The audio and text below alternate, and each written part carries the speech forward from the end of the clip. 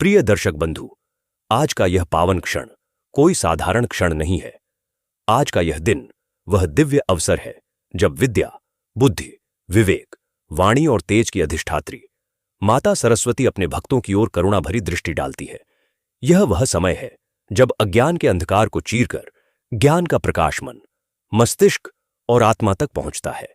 क्या आपने कभी यह अनुभव किया है कि संतान पढ़ाई में मन नहीं लगा पा रही? बार बार प्रयास के बाद भी सफलता दूर लगती है। याद किया हुआ विषय भूल जाता है, मन में डर बैठा रहता है और माता पिता का हृदय चिंता से भर जाता है। यदि हां, तो समझ लीजिए कि आज का यह दिन आपके लिए ही है, क्योंकि जब माता सरस्वती की कृपा जागृत होती है तो बुद्धि प्रखर होती है, स्मरण शक्ति तीव्र होती है और जीवन की दिशा स्वयं स्पष्ट होने लगती है। प्रिय दर्शक बंधु, माता सरस्वती केवल एक देवी नहीं है, वे वह दिव्य चेतना है जो बालक के पहले शब्द में, विद्यार्थी की पहली पुस्तक में, शिक्षक की वाणी में, लेखक की लेखनी में और साधक के ध्यान में प्रवाहित होती है। शास्त्रों में कहा गया है कि जहां माता सरस्वती का वास होता है वहां अज्ञान, भ्रम, डर और असफलता टिक नहीं पाते, और जहां वे कृपा करती हैं वहां साधारण बुद्धि भी असाधारण बन जाती है। प्रिय दर्शक बंधु, पुराने ग्रंथों में यह स्पष्ट लिखा गया है कि कोई भी विद्या, कोई भी पुस्तक, कोई भी ज्ञान अपने पास बांधकर रखने के लिए नहीं होता। जो व्यक्ति ज्ञान को केवल अपने तक सीमित रखता है उसकी विद्या धीरे धीरे निष्प्रभ होने लगती है। लेकिन जो ज्ञान को बांटता है, जो दूसरों के मार्ग को भी प्रकाश देता है, माता सरस्वती उसकी बुद्धि को दिन प्रतिदिन और अधिक तेजस्वी बना देती है।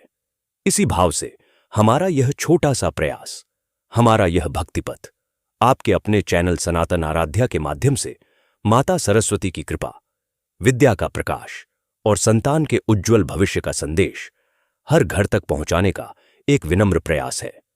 दर्शक बंधु, यदि आज की यह कथा, यदि माता सरस्वती के ये शब्द आपके हृदय को छू रहे हैं, यदि आपको अपनी संतान, अपने परिवार या अपने जीवन के लिए इसमें आशा की एक किरण दिखाई दे रही है, तो इसे केवल सुनकर मत छोड़िए। शास्त्रों की मर्यादा यही कहती है कि जो भी पवित्र सुना जाए, जो भी कल्याणकारी समझा जाए, इसे दूसरों तक पहुंचाना भी उतना ही पुण्य होता है जितना उसे स्वयं सुनना। इसीलिए निवेदन है, इस पावन कथा को अपने परिवार के साथ साझा करें, अपने मित्रों को भेजें, उन माता पिताओं तक पहुंचाएं जो अपनी संतान की पढ़ाई और भविष्य को लेकर चिंतित हैं, क्योंकि हो सकता है आज माता सरस्वती का यही संदेश किसी बच्चे की बुद्धि का द्वार खोल दे, किसी माता पिता की चिंता कम कर दे और किसी जीवन को सही दिशा मिल जाए।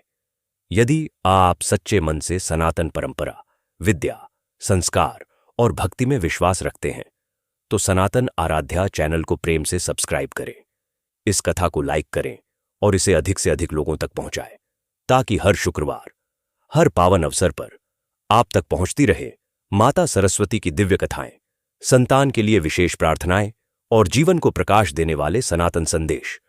तो आइए दर्शक बंधु, श्रद्धा, विश्वास और विनम्र भाव के साथ माता सरस्वती का स्मरण करते हुए इस पावन कथा की यात्रा को आगे बढ़ाएं।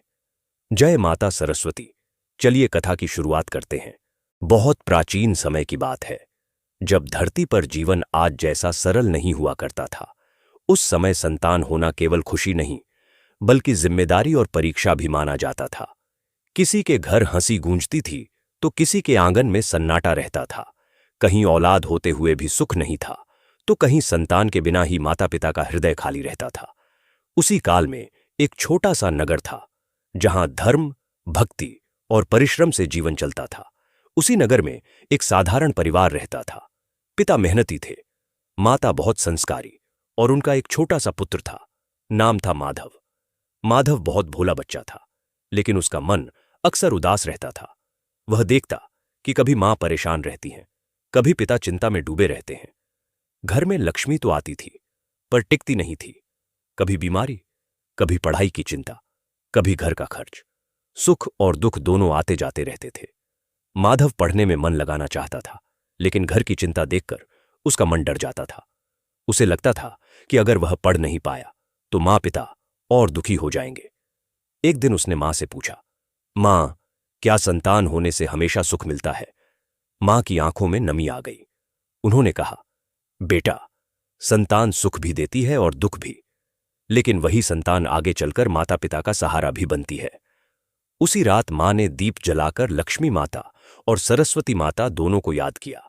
उन्होंने कहा, हे लक्ष्मी माता, हमारे घर में धैर्य दीजिए, और हे सरस्वती माता, मेरी संतान को ऐसा ज्ञान दीजिए कि वह जीवन के हर सुख दुख को समझ सके। कहते हैं कि जहां मां की प्रार्थना सच्चे मन से होती है, वहां देवियां अवश्य आती हैं। उस रात माधव ने सपना देखा। उसने देखा कि दो दिव्य माताएं उसके घर आई हैं। एक के हाथ में कमल थे, चेहरे पर शांति, और दूसरी के हाथ में वीणा और पुस्तक थी, आंखों में करुणा। लक्ष्मी माता ने माधव से कहा, बेटा, धन केवल सोना चांदी नहीं होता। परिवार का सुख, संतान का सही मार्ग पर चलना भी लक्ष्मी है। लेकिन अगर संतान में ज्ञान न हो तो धन भी दुख बन जाता है। तभी सरस्वती माता ने माधव के सिर पर हाथ रखा और बोली, मैं तुम्हें ऐसा ज्ञान दूंगी कि तुम दुख में भी रास्ता ढूंढ सको और सुख में अहंकार न आने दो। सुबह माधव की नींद खुली तो उसका मन हल्का था। उसने मां से कहा, मां, आज मैं मन लगाकर पढ़ूंगा। धीरे धीरे माधव पढ़ने लगा। जब कभी कठिनाई आती, वह सरस्वती माता को याद करता। जब घर में परेशानी आती, मां लक्ष्मी माता का स्मरण करती। समय के साथ माधव समझदार होने लगा। वह जान गया कि हर संतान को जीवन में कभी सुख मिलता है, कभी दुख, लेकिन जो ज्ञान के साथ आगे बढ़ता है, वही अपने माता पिता के दुख हर सकता है। माता पिता भी अब समझ गए थे कि संतान को केवल धन नहीं, सही संस्कार और ज्ञान देना ही सच्ची लक्ष्मी है। नगर में लोग कहने लगे कि इस घर में अब पहले जैसी अशांति नहीं रही। लक्ष्मी माता का वास भी है और सरस्वती माता की कृपा भी। माधव अभी बच्चा ही था, लेकिन उसके भीतर समझ पैदा हो चुकी थी। वह जानने लगा था कि संतान होना ईश्वर का वरदान है, पर उस वरदान को सही दिशा देना माता पिता का धर्म है। और सरस्वती माता वही ज्ञान देती है जिससे संतान अपने सुख दुख, अपने जीवन और अपने परिवार की जिम्मेदारी समझने लगती है। कथा यही नहीं रुकती, क्योंकि माधव का जीवन अभी आगे चलकर और भी परीक्षाओं से गुजरने वाला था, जहां लक्ष्मी माता का धैर्य और सरस्वती माता का ज्ञान उसे और गहराई से सीख देने वाला था। माधव के घर से कुछ दूर उसी नगर में एक विधवा माता रहती थी जिसका नाम था शारदा। शारदा माता के 3 पुत्र थे, लेकिन तीनों ही अपने अपने काम में इतने व्यस्त रहते थे कि मां की सुध लेने का समय किसी को नहीं मिलता था। शारदा माता सुबह उठकर घर साफ करती, भोजन बनाती, पुत्रों के लिए सब कुछ तैयार रखती, लेकिन कोई उनसे पूछता तक नहीं था कि मां, तुमने खाना खाया या नहीं, तुम्हारी तबीयत कैसी है। शारदा माता का हृदय रोज टूटता था। वह सोचती थी कि जिन बच्चों को पालने के लिए उन्होंने दिन रात एक कर दिया, भूखे पेट सोई, फटे कपड़े पहने, वही संतान आज उन्हें भूल गई है। शारदा माता के पति का देहांत बहुत पहले हो गया था, जब बच्चे बहुत छोटे थे। उन्होंने अकेले ही तीनों बेटों को पाला था। कभी दूसरों के घर में काम किया, कभी खेतों में मजदूरी की, कभी बर्तन मांजे, लेकिन अपनी संतानों को कभी भूखा नहीं सोने दिया। उन्होंने सोचा था कि जब मेरे बेटे बड़े होंगे तो मेरा बुढ़ापा सुख से बीतेगा, लेकिन जीवन ने कुछ और ही लिख दिया था। बड़े बेटे का नाम था कन्हैया। कन्हैया व्यापार करता था और उसने खूब धन कमाया था। उसकी पत्नी सुंदर थी, लेकिन स्वभाव से बहुत कठोर।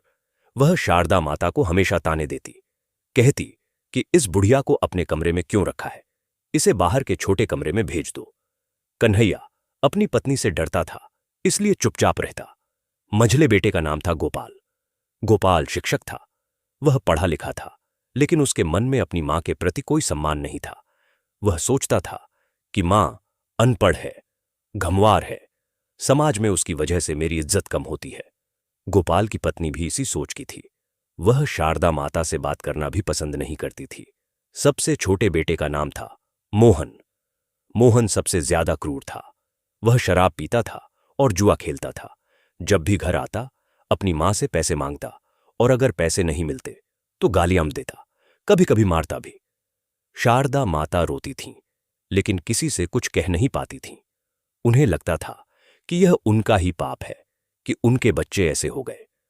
वह रोज रात को लक्ष्मी माता और सरस्वती माता के सामने दिया जलाती और प्रार्थना करती, हे माताओं, मैंने तो अपनी संतान को सब कुछ दिया, लेकिन न उनके पास धन की कदर है न ज्ञान की। मुझे समझ नहीं आता कि मैंने कहां गलती की। क्या मेरी संतान को धन मिल गया लेकिन संस्कार नहीं मिले? क्या उन्हें पढ़ाई मिली लेकिन हृदय में करुणा नहीं आई? हे माताओं, मुझे तो अब केवल यही चाहिए कि मेरे बच्चे समझ जाएं कि मां का दर्द क्या होता है। एक रात शारदा माता बहुत बीमार पड़ गईं। उन्हें तेज बुखार था और शरीर में इतनी कमजोरी थी कि वह उठ नहीं पा रही थीं। सुबह से लेकर शाम तक वह अपने बिस्तर पर पड़ी रहीं, लेकिन किसी भी बेटे ने यह नहीं पूछा कि मां, तुम ठीक तो हो? कन्हैया सुबह जल्दी व्यापार के लिए निकल गया, गोपाल स्कूल चला गया और मोहन तो रात को ही घर नहीं लौटा था। शारदा माता की आंखों से आंसू बहने लगे। उन्होंने सोचा कि शायद यही उनकी नियति है कि अकेले ही जीना और अकेले ही मरना। उसी शाम जब अंधेरा होने लगा तो शारदा माता ने अपनी सारी शक्ति बटोरकर उठने की कोशिश की। वह किसी तरह रेंगते हुए अपने छोटे से पूजा घर तक पहुंची। उन्होंने लक्ष्मी माता और सरस्वती माता की मूर्तियों के सामने दिया जलाया और फूट फूट कर रोने लगीं। उन्होंने कहा, हे माताओं, मैं समझ गई हूं कि संतान केवल होना ही काफी नहीं है। अगर संतान के हृदय में माता पिता के लिए प्रेम नहीं है, अगर उनमें संस्कार नहीं है, अगर उन्हें यह ज्ञान नहीं है कि माता पिता ने उनके लिए क्या क्या सहा है, तो वह संतान किस काम की? हे लक्ष्मी माता, मेरे बेटों के पास धन तो है लेकिन हृदय में दया नहीं है। हे सरस्वती माता, मेरे बेटों को शिक्षा तो मिली लेकिन संस्कार नहीं मिले। मैं आपसे केवल इतनी प्रार्थना करती हूं कि मेरे बच्चों को ऐसा ज्ञान दीजिए कि वे समझ सकें कि मां का दर्द क्या होता है। उस रात लक्ष्मी माता और सरस्वती माता ने शारदा की पुकार सुनी। दोनों देवियां प्रकट हुईं। लक्ष्मी माता ने कहा, हे शारदा, तुमने अपने जीवन में बहुत कष्ट सहे हैं। तुमने अपनी संतान को धन देने के लिए अपना सब कुछ त्याग दिया, लेकिन तुम्हारी संतान ने तुम्हारी कदर नहीं की। यह दुख केवल तुम्हारा नहीं है, यह उन सभी माताओं का दुख है जिन्होंने अपना सर्वस्व अपनी संतान के लिए लुटा दिया, लेकिन बदले में केवल उपेक्षा पाई। सरस्वती माता ने कहा, हे शारदा, तुम्हारी संतान को धन तो मिला लेकिन ज्ञान नहीं मिला। उन्हें यह नहीं सिखाया गया कि माता पिता की सेवा सबसे बड़ा धर्म है। उन्हें यह नहीं बताया गया कि जो संतान अपने माता पिता का अपमान करती है वह कभी जीवन में सच्चा सुख नहीं पा सकती। हम तुम्हारी संतान को एक सबक सिखाएंगे जिससे उन्हें जीवन भर याद रहे कि मां का दर्द क्या होता है। अगले दिन सुबह जब कन्हैया अपने व्यापार के लिए निकला तो उसे रास्ते में एक बूढ़ी स्त्री मिली जो सड़क पर गिरी हुई थी। कन्हैया ने पहले तो उसे अनदेखा करने की सोची, लेकिन फिर उसे लगा कि शायद यह किसी की मां होगी। उसने उस बूढ़ी स्त्री को उठाया और पूछा कि क्या हुआ। बूढ़ी स्त्री ने कहा कि मेरे बेटे ने मुझे घर से निकाल दिया है और अब मेरे पास जाने को कोई जगह नहीं है। कन्हैया के हृदय में कुछ हलचल हुई। उसे अपनी मां की याद आई जो घर में अकेली पड़ी होंगी। उसने उस बूढ़ी स्त्री से कहा कि आप चिंता मत कीजिए, मैं आपको किसी सुरक्षित जगह पहुंचा देता हूं। जब कन्हैया ने उस बूढ़ी स्त्री को एक आश्रम में पहुंचाया तो वहां के संचालक ने कहा कि यहां ऐसी बहुत सी माताएं हैं जिन्हें उनकी संतानों ने त्याग दिया है। कन्हैया को बहुत धक्का लगा। उसने सोचा कि क्या मैं भी अपनी मां के साथ ऐसा ही व्यवहार तो नहीं कर रहा हूं। उसी दिन गोपाल स्कूल में पढ़ा रहा था। उसकी कक्षा में एक बच्चे ने निबंध लिखा था मेरी मां पर। उस निबंध में बच्चे ने लिखा था कि मेरी मां अनपढ़ है, लेकिन उन्होंने मुझे पढ़ाने के लिए दिन रात मेहनत की। मेरी मां साधारण कपड़े पहनती हैं, लेकिन मुझे अच्छे कपड़े दिलवाती है। मेरी मां कभी अपने लिए कुछ नहीं मांगती, लेकिन मेरी हर इच्छा पूरी करती है। मैं अपनी मां से बहुत प्यार करता हूं और बड़ा होकर उनकी सेवा करूंगा। गोपाल जब वह निबंध पढ़ रहा था तो उसकी आंखों में आंसू आ गए। उसे अपनी मां की याद आई जो अनपढ़ होते हुए भी उसे पढ़ाने के लिए कितना कष्ट उठाती थी। उसे याद आया कि कैसे उसकी मां खेतों में मजदूरी करके पैसे जुटाती थी ताकि वह स्कूल जा सके। गोपाल को अपने व्यवहार पर शर्म आने लगी। उसी दिन मोहन जुआ खेल रहा था। जुए में उसके सारे पैसे खत्म हो गए और उसने हार में अपने घर का सामान भी दांव पर लगा दिया। जब वह घर लौटा तो उसके साथ कुछ बदमाश भी आए जो घर का सामान लेने आए थे। शारदा माता ने जब यह देखा तो वह रोने लगीं और बोली कि बेटा, यह क्या कर रहे हो? यह तो तुम्हारे पिता की आखिरी निशानी है। मोहन ने गुस्से में अपनी मां को धक्का दे दिया और कहा कि चुप रहो बुढ़िया, तुम्हें क्या पता कि जिंदगी कैसे जीते हैं। शारदा माता नीचे गिर गईं और उनके सिर से खून बहने लगा। उसी समय कन्हैया और गोपाल भी घर पहुंचे। जब उन्होंने अपनी मां को खून से लथपथ जमीन पर पड़ा देखा तो उनके होश उड़ गए। तीनों भाइयों ने मिलकर अपनी मां को उठाया और डॉक्टर के पास ले गए। डॉक्टर ने कहा कि इनकी हालत बहुत गंभीर है, इन्हें बहुत कमजोरी है और ऐसा लगता है कि इन्होंने कई दिनों से ठीक से खाना भी नहीं खाया है। तुम लोग इनके बेटे हो और तुमने इनकी देखभाल नहीं की, तुम्हें शर्म आनी चाहिए।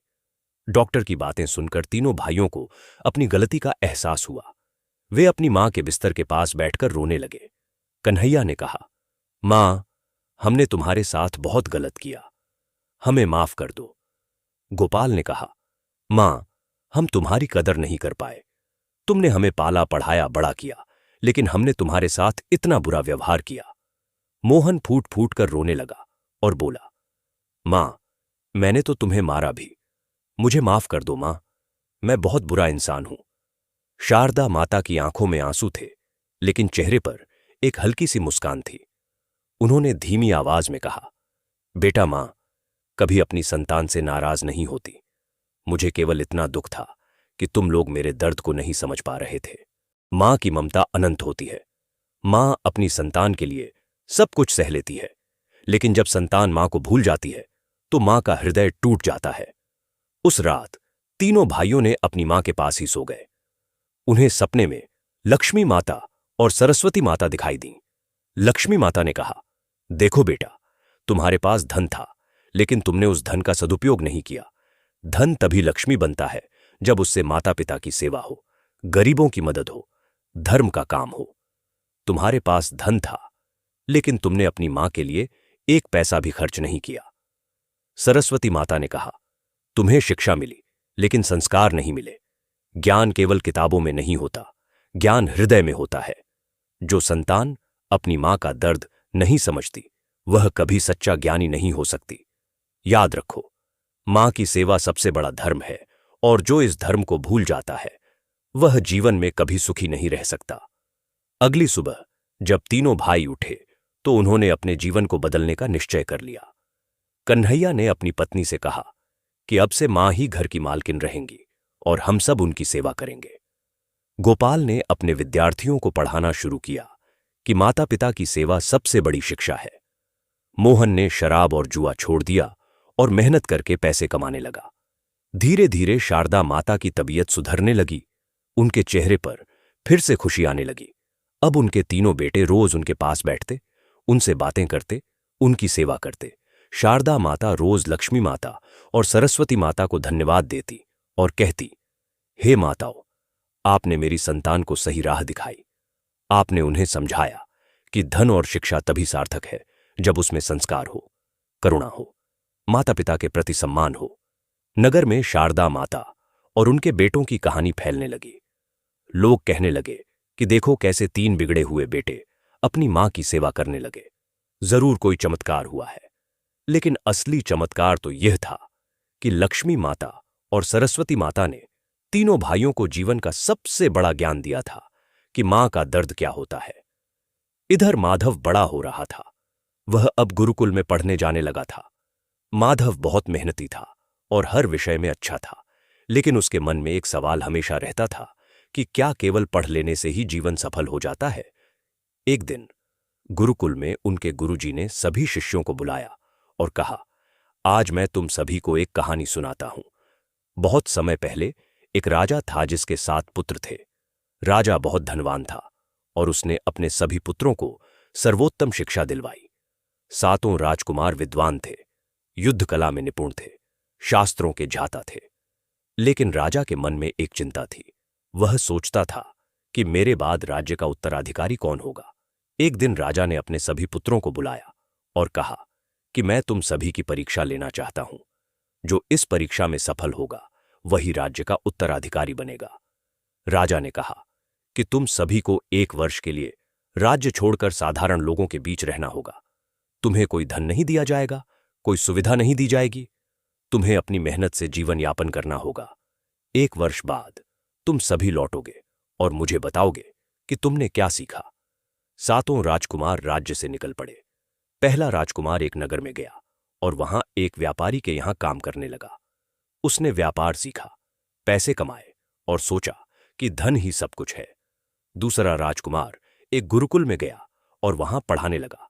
उसने सोचा कि ज्ञान ही सब कुछ है। तीसरा राजकुमार एक योद्धा के पास गया और युद्ध कला सीखने लगा। उसने सोचा कि शक्ति ही सब कुछ है। चौथा राजकुमार एक मंदिर में गया और पुजारी बन गया। उसने सोचा कि धर्म ही सब कुछ है। 5वां राजकुमार एक कारीगर के पास गया और हस्तकला सीखने लगा। उसने सोचा कि कला ही सब कुछ है। 6ठा राजकुमार एक चिकित्सक के पास गया और आयुर्वेद सीखने लगा। उसने सोचा कि स्वास्थ्य ही सब कुछ है। लेकिन 7वां राजकुमार, जिसका नाम था देवराज, वह एक छोटे से गांव में गया। उस गांव में एक बूढ़ी विधवा रहती थी जिसका कोई सहारा नहीं था।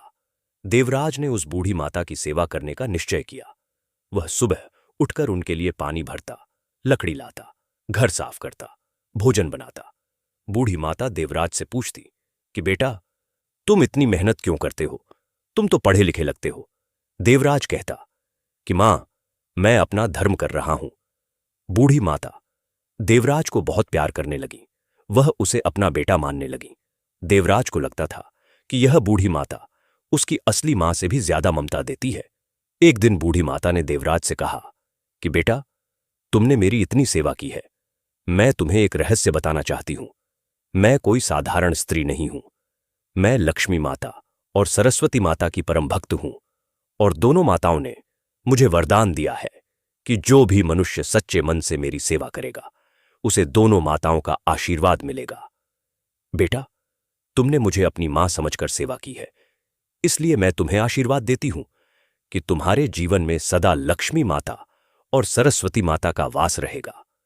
देवराज ने बूढ़ी माता के चरण छुए और कहा, मां, आपने मुझे जो प्यार दिया है वही मेरे लिए सबसे बड़ा वरदान है।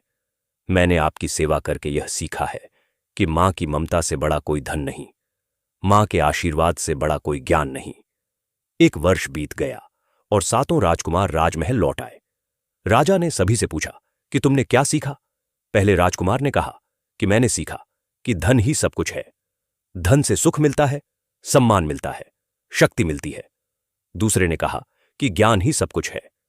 तीसरे ने कहा कि शक्ति ही सब कुछ है। चौथे ने कहा कि धर्म ही सब कुछ है। 5वें ने कहा कि कला ही सब कुछ है। 6ठे ने कहा कि स्वास्थ्य ही सब कुछ है। फिर राजा ने देवराज से पूछा कि बेटा, तुमने क्या सीखा? देवराज ने कहा कि पिताजी, मैंने सीखा कि मां की सेवा ही सबसे बड़ा धन है, सबसे बड़ा ज्ञान है, सबसे बड़ी शक्ति है, सबसे बड़ा धर्म है, सबसे बड़ी कला है और सबसे बड़ा स्वास्थ्य है। जिस मनुष्य ने अपनी मां की सेवा नहीं की उसका सारा धन, ज्ञान, शक्ति सब व्यर्थ है।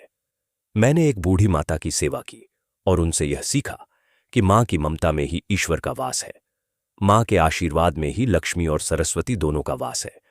राजा ने देवराज को गले लगा लिया और कहा कि तुमने सबसे बड़ा ज्ञान प्राप्त किया है।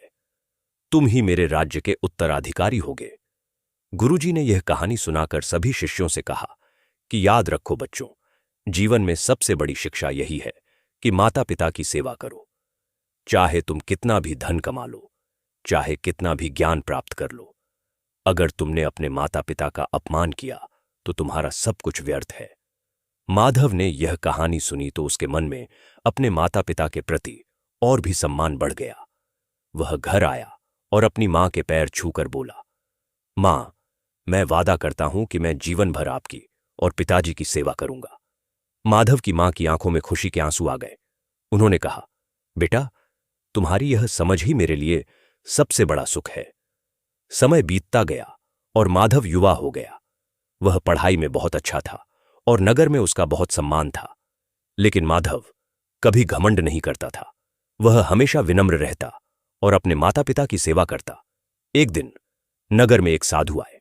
वह साधु बहुत ज्ञानी थे और लोग उनसे आशीर्वाद लेने आते थे। माधव भी अपने माता पिता के साथ साधु के दर्शन करने गया।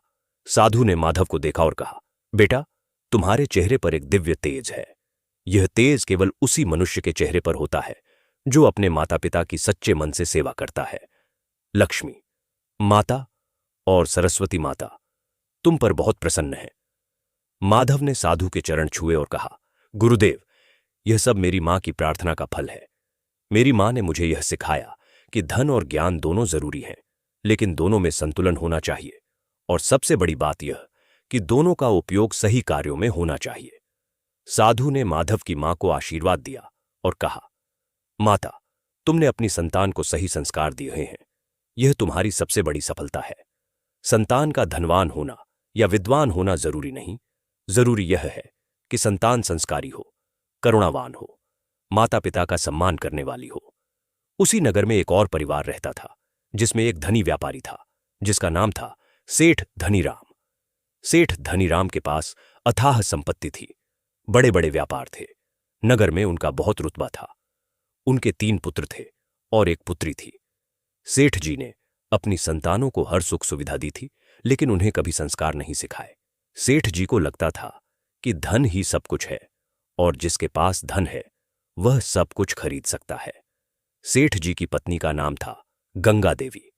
गंगा देवी बहुत सरल हृदय की महिला थीं। वह रोज लक्ष्मी माता और सरस्वती माता की पूजा करती थीं, लेकिन सेठ धनीराम को इन सब बातों में कोई रुचि नहीं थी। वह कहते थे कि धन ही ईश्वर है, धन ही लक्ष्मी है। गंगा देवी अपने बच्चों को अच्छे संस्कार देने की कोशिश करती थीं, लेकिन सेठ जी उन्हें रोक देते। वह कहते कि बच्चों को कठोर बनाओ, उन्हें व्यापार सिखाओ, उन्हें धन कमाना सिखाओ, इन पूजा पाठ की बातों में मत उलझाओ। सेठ जी के तीनों बेटे अपने पिता की तरह ही धन को ही सब कुछ मानने लगे। वे गरीबों को तुच्छ समझते थे, किसी की मदद नहीं करते थे, हमेशा अपने फायदे की सोचते थे। सेठ जी की बेटी का नाम था राधा। राधा अपनी मां की तरह सरल थी और उसे पूजा पाठ में रुचि थी, लेकिन घर में किसी को राधा की बातों की कोई परवाह नहीं थी। एक दिन सेठ धनीराम को एक बहुत बड़ा व्यापारिक सौदा मिला। उन्हें समुद्र पार जाकर माल लाना था। सेठ जी ने बहुत सारा धन लगाया और जहाज पर माल भरकर भेज दिया।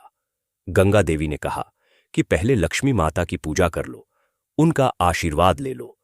लेकिन सेठ जी ने कहा कि मुझे किसी पूजा पाठ की जरूरत नहीं, मेरा धन ही मेरा भगवान है।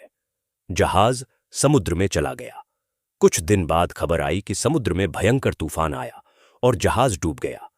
सेठ जी का सारा माल समुद्र में समा गया। सेठ धनीराम को इतना बड़ा नुकसान हुआ कि वह कर्जदार हो गए। उनकी सारी संपत्ति बिकने लगी। महलनुमा घर, दुकानें, जमीन, सब कुछ नीलाम हो गया। सेठ जी का परिवार एक छोटे से मकान में रहने लगा। अब उनके पास इतना धन नहीं था कि वे पहले जैसा ठाठ बाट से रह सकें। सेठ जी के तीनों बेटे इस स्थिति से बहुत दुखी थे। वे अपने पिता पर गुस्सा होते और कहते कि आपने हमारा सब कुछ बर्बाद कर दिया, अब हम समाज में कहां मुंह दिखाएंगे। सेठ धनीराम को बहुत दुख हुआ। उन्हें समझ नहीं आ रहा था कि क्या करें। वह रोज सोचते कि मेरे पास इतना धन था, लेकिन आज मैं कंगाल हो गया। क्या सचमुच धन ही सब कुछ है या कुछ और भी है जो मुझसे छूट गया? गंगा देवी ने इस मुसीबत में भी धैर्य नहीं खोया। वह रोज पूजा करती और लक्ष्मी माता और सरस्वती माता से प्रार्थना करती कि हे माताओं, हमारे परिवार पर कृपा करो। मेरे पति को समझ दो कि धन ही सब कुछ नहीं होता, संस्कार, करुणा, धर्म भी जरूरी है। मेरे बच्चों को सही राह दिखाओ। एक रात गंगा देवी ने सपना देखा। उन्होंने देखा कि लक्ष्मी माता और सरस्वती माता उनके सामने खड़ी हैं। लक्ष्मी माता ने कहा, गंगा देवी, तुम्हारे पति ने मुझे केवल धन समझा। उन्होंने यह नहीं समझा कि मैं वहां वास करती हूं जहां धर्म होता है, जहां करुणा होती है, जहां संस्कार होते हैं। केवल तिजोरी में सोना चांदी रखने से मैं प्रसन्न नहीं होती। मुझे तो वह घर अच्छा लगता है जहां गरीबों की मदद होती है, जहां धर्म का आचरण होता है, जहां माता पिता का सम्मान होता है। सरस्वती माता ने कहा, तुम्हारे पति ने अपने बच्चों को केवल व्यापार सिखाया, धन कमाना सिखाया, लेकिन संस्कार नहीं सिखाए, ज्ञान नहीं दिया। बच्चों को यह नहीं बताया कि जीवन में धन के साथ साथ सदाचार भी जरूरी है, ज्ञान भी जरूरी है। तुम्हारे पति को यह सबक मिला है कि धन अस्थायी है, आज है कल नहीं, लेकिन संस्कार स्थायी है, वे हमेशा साथ रहते हैं। गंगा देवी ने हाथ जोड़कर कहा, हे माताओं, अब मैं क्या करूं? कैसे अपने परिवार को सही राह पर लाऊं? लक्ष्मी माता ने कहा, तुम अपने पति और बच्चों को यह समझाओ कि हार मानना नहीं चाहिए। फिर से मेहनत करो, लेकिन इस बार धन के साथ साथ धर्म का भी ध्यान रखो। गरीबों की मदद करो, मंदिरों में दान दो, सत्य और ईमानदारी से व्यापार करो, तब मैं फिर से तुम्हारे घर आऊंगी। सरस्वती माता ने कहा, और तुम्हारे बच्चों को संस्कार दो, उन्हें सिखाओ कि जीवन में केवल धन कमाना ही सब कुछ नहीं है, मनुष्यता, करुणा, सेवा भी जरूरी है। जब तुम्हारे बच्चे यह सीख जाएंगे तो मैं भी उन पर कृपा करूंगी। अगली सुबह गंगा देवी ने अपने पति को सारा सपना सुनाया। सेठ धनीराम ने पहले तो उनकी बात नहीं मानी, लेकिन जब गंगा देवी ने बहुत समझाया तो उन्हें अपनी गलती का एहसास हुआ। सेठ जी ने कहा, तुम सही कहती हो, मैंने केवल धन को ही सब कुछ समझा और धर्म को, संस्कार को भुला दिया। शायद इसीलिए लक्ष्मी माता मुझसे रूठ गईं। अब मैं फिर से शुरुआत करूंगा, लेकिन इस बार सही तरीके से। सेठ धनीराम और उनके परिवार ने फिर से मेहनत शुरू की, लेकिन इस बार उन्होंने अपने तरीके बदल दिए। सेठ जी रोज सुबह उठकर लक्ष्मी माता और सरस्वती माता की पूजा करते। वह ईमानदारी से व्यापार करने लगे। जो भी कमाई होती उसमें से कुछ हिस्सा गरीबों में बांटते, मंदिर में दान देते। गंगा देवी ने अपनी बेटी राधा को और भी अच्छे संस्कार सिखाए। राधा रोज गरीब बच्चों को पढ़ाती, उनकी मदद करती। तीनों बेटों को भी धीरे धीरे समझ आने लगी कि जीवन में धन के साथ साथ धर्म भी जरूरी है। कुछ महीनों बाद सेठ धनीराम का व्यापार फिर से चलने लगा। इस बार उन्हें पहले से भी ज्यादा सफलता मिली। लोग कहने लगे कि देखो, सेठ धनीराम ने कैसे फिर से अपना व्यापार खड़ा कर लिया। लेकिन इस बार सेठ जी की सफलता में केवल धन नहीं था, उसमें लक्ष्मी माता और सरस्वती माता का आशीर्वाद भी था। एक दिन उसी साधु ने जो माधव को आशीर्वाद दिया था, सेठ धनीराम के घर भी आए। साधु ने सेठ जी को देखा और कहा, सेठ जी, अब तुम्हारे चेहरे पर वह तेज है जो एक सच्चे भक्त के चेहरे पर होता है। तुमने अपनी गलती सुधार ली और लक्ष्मी माता और सरस्वती माता दोनों को प्रसन्न कर लिया। याद रखो, धन तभी लक्ष्मी बनता है जब उसका सदुपयोग हो, और ज्ञान तभी सार्थक है जब उसमें संस्कार हो। सेठ धनीराम ने साधु के चरण छुए और कहा, गुरुदेव, आपका आशीर्वाद है कि मैं फिर से खड़ा हो सका। अब मैं समझ गया हूं कि जीवन में संतुलन जरूरी है। केवल धन कमाना ही सब कुछ नहीं, धर्म का पालन करना, गरीबों की मदद करना, संस्कारों को बनाए रखना भी जरूरी है। समय बीतता गया और नगर में शांति और समृद्धि रहने लगी। लोग लक्ष्मी माता और सरस्वती माता की पूजा करते और उनसे आशीर्वाद मांगते। लेकिन कुछ लोग अभी भी थे जो माताओं की महिमा को नहीं समझते थे। उसी नगर में एक युवक रहता था जिसका नाम था रामलाल। रामलाल बहुत परिश्रमी था और उसने अपनी मेहनत से अच्छा धन कमाया था। लेकिन रामलाल में एक बुराई थी, वह बहुत घमंडी था। वह सोचता था कि मैंने अपनी मेहनत से यह सब कमाया है, इसमें ईश्वर या देवी देवताओं का कोई हाथ नहीं है। रामलाल की मां बहुत धार्मिक थी। वह रोज पूजा करती और रामलाल से भी कहती कि बेटा, तुम भी लक्ष्मी माता और सरस्वती माता की पूजा करो, उनका आशीर्वाद लो। लेकिन रामलाल हमेशा कहता कि मां, ये सब अंधविश्वास है, मैं अपनी मेहनत से सब कुछ कर सकता हूं। रामलाल की मां बहुत दुखी रहती थी। वह सोचती थी कि मेरे बेटे को इतना धन मिल गया, लेकिन उसमें विनम्रता नहीं है, ईश्वर के प्रति श्रद्धा नहीं है। एक दिन रामलाल को एक बहुत बड़ा ठेका मिला। उसे एक महल बनाना था। रामलाल बहुत खुश हुआ। उसने सोचा कि इस ठेके से मैं बहुत धनवान हो जाऊंगा। उसने काम शुरू कर दिया। रामलाल की मां ने कहा कि बेटा, काम शुरू करने से पहले लक्ष्मी माता की पूजा कर लो। लेकिन रामलाल ने फिर से इनकार कर दिया। काम चल रहा था, लेकिन हर दिन कुछ न कुछ समस्या आ रही थी। कभी मजदूर नहीं आते, कभी सामान देर से पहुंचता, कभी बारिश हो जाती। रामलाल परेशान था, लेकिन फिर भी वह अपनी जिद पर अड़ा रहा। एक दिन महल की दीवार गिर गई और कई मजदूर घायल हो गए। रामलाल को उनका इलाज करवाना पड़ा और उसे बहुत नुकसान हुआ। फिर भी रामलाल ने ईश्वर को नहीं माना। आखिरकार एक दिन जब महल लगभग बनकर तैयार हो गया था, एक भयंकर तूफान आया और पूरा महल धराशायी हो गया। रामलाल का सारा धन, सारी मेहनत बर्बाद हो गई। वह कर्ज में डूब गया। रामलाल टूट गया। उसे समझ नहीं आ रहा था कि क्या करे। वह घर आया और अपनी मां के सामने रोने लगा। उसने कहा, मां, मैंने इतनी मेहनत की, लेकिन सब बर्बाद हो गया। अब मैं क्या करूं? रामलाल की मां ने उसे गले लगाया और कहा, बेटा, यह तुम्हारे घमंड का फल है। तुमने सोचा कि तुम अकेले सब कुछ कर सकते हो। तुमने ईश्वर को नहीं माना, लक्ष्मी माता और सरस्वती माता का आशीर्वाद नहीं लिया। मनुष्य कितना भी मेहनत कर ले, उसे ईश्वर की कृपा की भी जरूरत होती है। बिना विनम्रता के, बिना श्रद्धा के सफलता नहीं मिलती। रामलाल को अपनी गलती का एहसास हुआ। उसने कहा, मां, अब मैं क्या करूं? मां ने कहा, बेटा, अभी भी देर नहीं हुई। तुम सच्चे मन से लक्ष्मी माता और सरस्वती माता से क्षमा मांगो, उनकी शरण में जाओ। रामलाल ने उसी रात अपनी मां के साथ पूजा की। उसने लक्ष्मी माता और सरस्वती माता के सामने सिर झुकाया और कहा, हे माताओं, मैंने अपने घमंड में आपको नहीं माना। मैंने सोचा कि मैं अकेले सब कुछ कर सकता हूं, लेकिन अब मुझे समझ आया कि मनुष्य की मेहनत तभी सफल होती है जब उस पर आपका आशीर्वाद हो। मुझे क्षमा कर दीजिए और मुझे एक और मौका दीजिए। रामलाल सच्चे मन से रोया और प्रार्थना की। उस रात उसे भी सपना आया। लक्ष्मी माता और सरस्वती माता प्रकट हुईं। लक्ष्मी माता ने कहा, रामलाल, तुम्हें यह सबक मिला है कि घमंड मनुष्य का सबसे बड़ा दुश्मन है। जब मनुष्य सोचता है कि वह सब कुछ अपनी ताकत से कर सकता है, तो वह ईश्वर से दूर हो जाता है, और जब ईश्वर की कृपा नहीं होती, तो सारी मेहनत व्यर्थ हो जाती है। सरस्वती माता ने कहा, तुमने मेहनत तो की, लेकिन तुम में विनम्रता नहीं थी, श्रद्धा नहीं थी। ज्ञान केवल काम करने में नहीं होता। ज्ञान यह समझने में भी है कि हम इस संसार में अकेले नहीं हैं। हमें ईश्वर की कृपा की जरूरत है। तुम फिर से शुरुआत करो, लेकिन इस बार विनम्रता के साथ, श्रद्धा के साथ। रामलाल ने हाथ जोड़कर कहा, हे माताओं, अब मैं समझ गया हूं। अब मैं कभी घमंड नहीं करूंगा। मैं अपनी मेहनत के साथ साथ आपका आशीर्वाद भी लूंगा। अगली सुबह रामलाल ने फिर से शुरुआत की। इस बार उसने सबसे पहले लक्ष्मी माता और सरस्वती माता की पूजा की।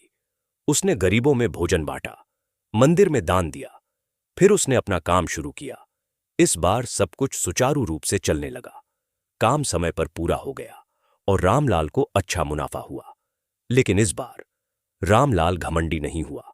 उसने अपनी कमाई का एक हिस्सा गरीबों में बांटा, मंदिर का निर्माण करवाया, अनाथ बच्चों के लिए स्कूल खुलवाया।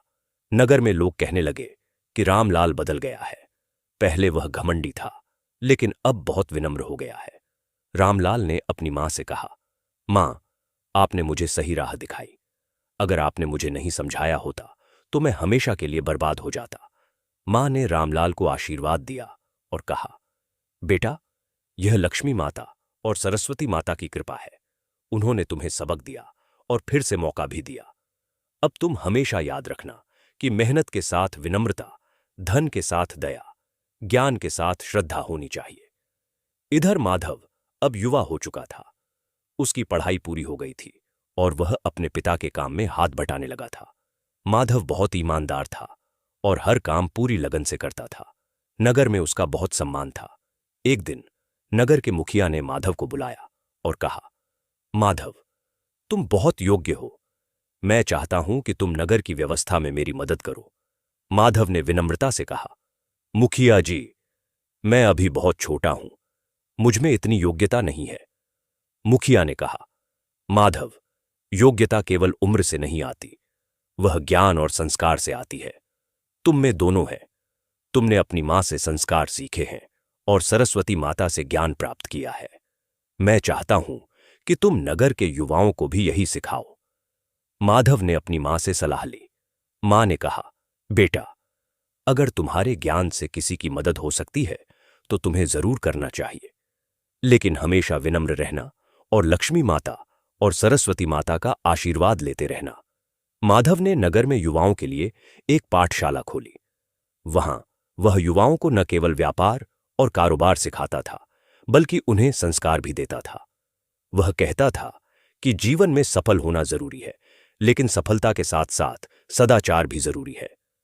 धन कमाना जरूरी है, लेकिन उस धन से गरीबों की मदद करना भी जरूरी है। ज्ञान प्राप्त करना जरूरी है, लेकिन उस ज्ञान का सदुपयोग करना भी जरूरी है। माधव की पाठशाला में कई युवा आने लगे। सब माधव की बातें ध्यान से सुनते और उसे अपने जीवन में उतारने की कोशिश करते। नगर में धीरे धीरे बदलाव आने लगा। युवा अब केवल धन कमाने में ही नहीं, बल्कि समाज सेवा में भी रुचि लेने लगे। एक दिन माधव की पाठशाला में एक युवक आया जिसका नाम था विक्रम। विक्रम एक बहुत गरीब परिवार से था। उसके पिता की मृत्यु हो गई थी और मां बीमार रहती थी। विक्रम को अपने परिवार का पालन पोषण करना था, इसलिए वह ढंग से पढ़ नहीं पाया था। विक्रम ने माधव से कहा, मैं भी कुछ सीखना चाहता हूं, लेकिन मेरे पास पैसे नहीं हैं। मैं आपको फीस नहीं दे सकता। माधव ने विक्रम को गले लगा लिया और कहा, भाई, यहां कोई फीस नहीं है। ज्ञान बांटने के लिए होता है, बेचने के लिए नहीं। तुम आओ और सीखो। विक्रम माधव से सीखने लगा। माधव ने उसे कारोबार की बारीकियां सिखाईं, उसे संस्कार दी, उसे समझाया कि गरीबी कोई शर्म की बात नहीं है, बल्कि मेहनत न करना शर्म की बात है। विक्रम ने माधव की सीख को दिल से अपनाया। उसने छोटा सा व्यापार शुरू किया। पहले तो बहुत मुश्किलें आईं, लेकिन विक्रम ने हार नहीं मानी। वह रोज लक्ष्मी माता और सरस्वती माता की पूजा करता और मेहनत करता। धीरे धीरे उसका व्यापार बढ़ने लगा। कुछ सालों में विक्रम ने अच्छा धन कमाया, लेकिन विक्रम ने अपनी गरीबी के दिन नहीं भूले। उसने अपनी कमाई का एक हिस्सा हमेशा गरीबों में बांटा। उसने अपनी मां की अच्छे से देखभाल की और उन्हें सारी सुख सुविधाएं दी। एक दिन विक्रम माधव के पास आया और उसके पैर छूकर बोला, गुरु, आपने मेरी जिंदगी बदल दी। आपने मुझे न केवल कारोबार सिखाया, बल्कि जीवन जीने की कला भी सिखाई। माधव ने विक्रम को उठाया और कहा, यह तुम्हारी अपनी मेहनत का फल है विक्रम। मैंने तो केवल तुम्हें राह दिखाई, चलना तो तुम्हें ही था, और यह सब लक्ष्मी माता और सरस्वती माता की कृपा है। विक्रम ने कहा, गुरु, मैं चाहता हूं कि मैं भी गरीब बच्चों की मदद करूं, जैसे आपने मेरी की। मैं उन्हें मुफ्त में पढ़ाना चाहता हूं। माधव बहुत खुश हुआ। उसने कहा, यह बहुत अच्छी बात है। जब हम अपनी कमाई का एक हिस्सा दूसरों की भलाई में लगाते हैं, तो लक्ष्मी माता और सरस्वती माता दोनों प्रसन्न होती हैं। विक्रम ने गरीब बच्चों के लिए एक छोटी सी पाठशाला खोली। वहां वह बच्चों को मुफ्त में पढ़ाता, उन्हें किताबें देता, कभी कभी भोजन भी करवाता। नगर में लोग विक्रम की प्रशंसा करने लगे। कहने लगे कि देखो विक्रम कितना दयालु है। उसने अपनी गरीबी के दिन नहीं भूले और अब दूसरे गरीब बच्चों की मदद कर रहा है। एक दिन नगर में एक बहुत बड़ा संकट आया। भयंकर सूखा पड़ा और फसलें बर्बाद हो गईं। लोगों के पास खाने को अनाज नहीं था, पीने को पानी नहीं था। नगर में हाहाकार मच गया। गरीब लोग तो भूखे मरने लगे। नगर के मुखिया ने सभी धनवान लोगों को बुलाया और कहा कि हमें मिलकर इस संकट का सामना करना होगा। हमें गरीबों की मदद करनी होगी। माधव, सेठ धनीराम, रामलाल, विक्रम सब इकट्ठा हुए। माधव ने कहा, हमें अपने धन का उपयोग इस संकट से निपटने में करना चाहिए। हम दूसरे नगरों से अनाज मंगवाए और गरीबों में बांटे। सेठ धनीराम ने कहा, मैं अपनी संपत्ति का आधा हिस्सा इस काम में लगाने को तैयार हूं। रामलाल ने कहा, मैं अपने मजदूरों को लगाकर कुएं खुदवाऊंगा ताकि पानी की समस्या हल हो। विक्रम ने कहा, मैं गरीब बच्चों और बूढ़ों के लिए भोजन की व्यवस्था करूंगा। सभी ने मिलकर काम शुरू किया। दूसरे नगरों से अनाज मंगवाया गया, कुएं खोदे गए, गरीबों के लिए भोजन की व्यवस्था की गई। नगर के सभी धनवान लोगों ने अपनी संपत्ति का एक हिस्सा इस काम में लगाया। माधव की मां और सेठ धनीराम की पत्नी गंगा देवी तथा अन्य महिलाएं भी भोजन बनाने में लग गईं। सब मिलकर गरीबों की सेवा करने लगे। धीरे धीरे संकट कम होने लगा। लोगों को खाने को अनाज मिलने लगा, पीने को पानी मिलने लगा। नगर में फिर से जीवन लौटने लगा। एक रात माधव, सेठ धनीराम, रामलाल और विक्रम सब एक साथ मंदिर में बैठे थे। वे सभी थके हुए थे, लेकिन उनके चेहरे पर संतोष था। तभी अचानक मंदिर में एक दिव्य प्रकाश फैल गया। सभी ने देखा कि लक्ष्मी माता और सरस्वती माता प्रकट हो गई हैं। सभी ने माताओं को प्रणाम किया। लक्ष्मी माता ने कहा, मैं तुम सब पर बहुत प्रसन्न हूं। तुम सभी ने अपने धन का सदुपयोग किया। तुमने गरीबों की मदद की, संकट के समय एक दूसरे का साथ दिया। यही सच्ची लक्ष्मी है। धन तभी लक्ष्मी बनता है जब उसका उपयोग दूसरों की भलाई में हो। सरस्वती माता ने कहा, और तुम सभी ने अपने ज्ञान का भी सदुपयोग किया। तुमने युवाओं को शिक्षा दी, गरीब बच्चों को पढ़ाया, समाज में संस्कार फैलाए। यही सच्चा ज्ञान है। ज्ञान तभी सार्थक है जब उससे समाज का कल्याण हो। माधव ने हाथ जोड़कर कहा, हे माताओं, यह सब आपकी कृपा है। आपने हमें समझ दी कि धन और ज्ञान दोनों जरूरी हैं और दोनों का सदुपयोग करना और भी जरूरी है। लक्ष्मी माता ने कहा, माधव, तुमने अपनी मां की सीख को अपने जीवन में उतारा। तुम्हारी मां ने तुम्हें संस्कार दिए और तुमने उन संस्कारों को समाज में फैलाया। यही संतान का सबसे बड़ा धर्म है। संतान केवल अपने माता पिता की सेवा करे, यही काफी नहीं, संतान को समाज की भी सेवा करनी चाहिए। सरस्वती माता ने कहा, और सेठ धनी राम, तुमने अपनी गलती सुधारी। तुमने समझा कि धन के साथ धर्म भी जरूरी है। रामलाल, तुमने अपना घमंड त्यागा और विनम्रता अपनाई। विक्रम, तुमने अपनी गरीबी के दिन नहीं भूले और दूसरे गरीबों की मदद की। तुम सभी ने अलग अलग तरीके से लेकिन एक ही सीख सीखी कि जीवन में संतुलन जरूरी है। धन के साथ धर्म, ज्ञान के साथ संस्कार, सफलता के साथ विनम्रता जरूरी है।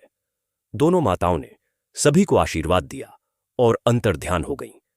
अगले दिन से नगर में एक नया उत्साह आ गया। सूखे के बाद बारिश हुई और फसलें फिर से लहलहाने लगीं।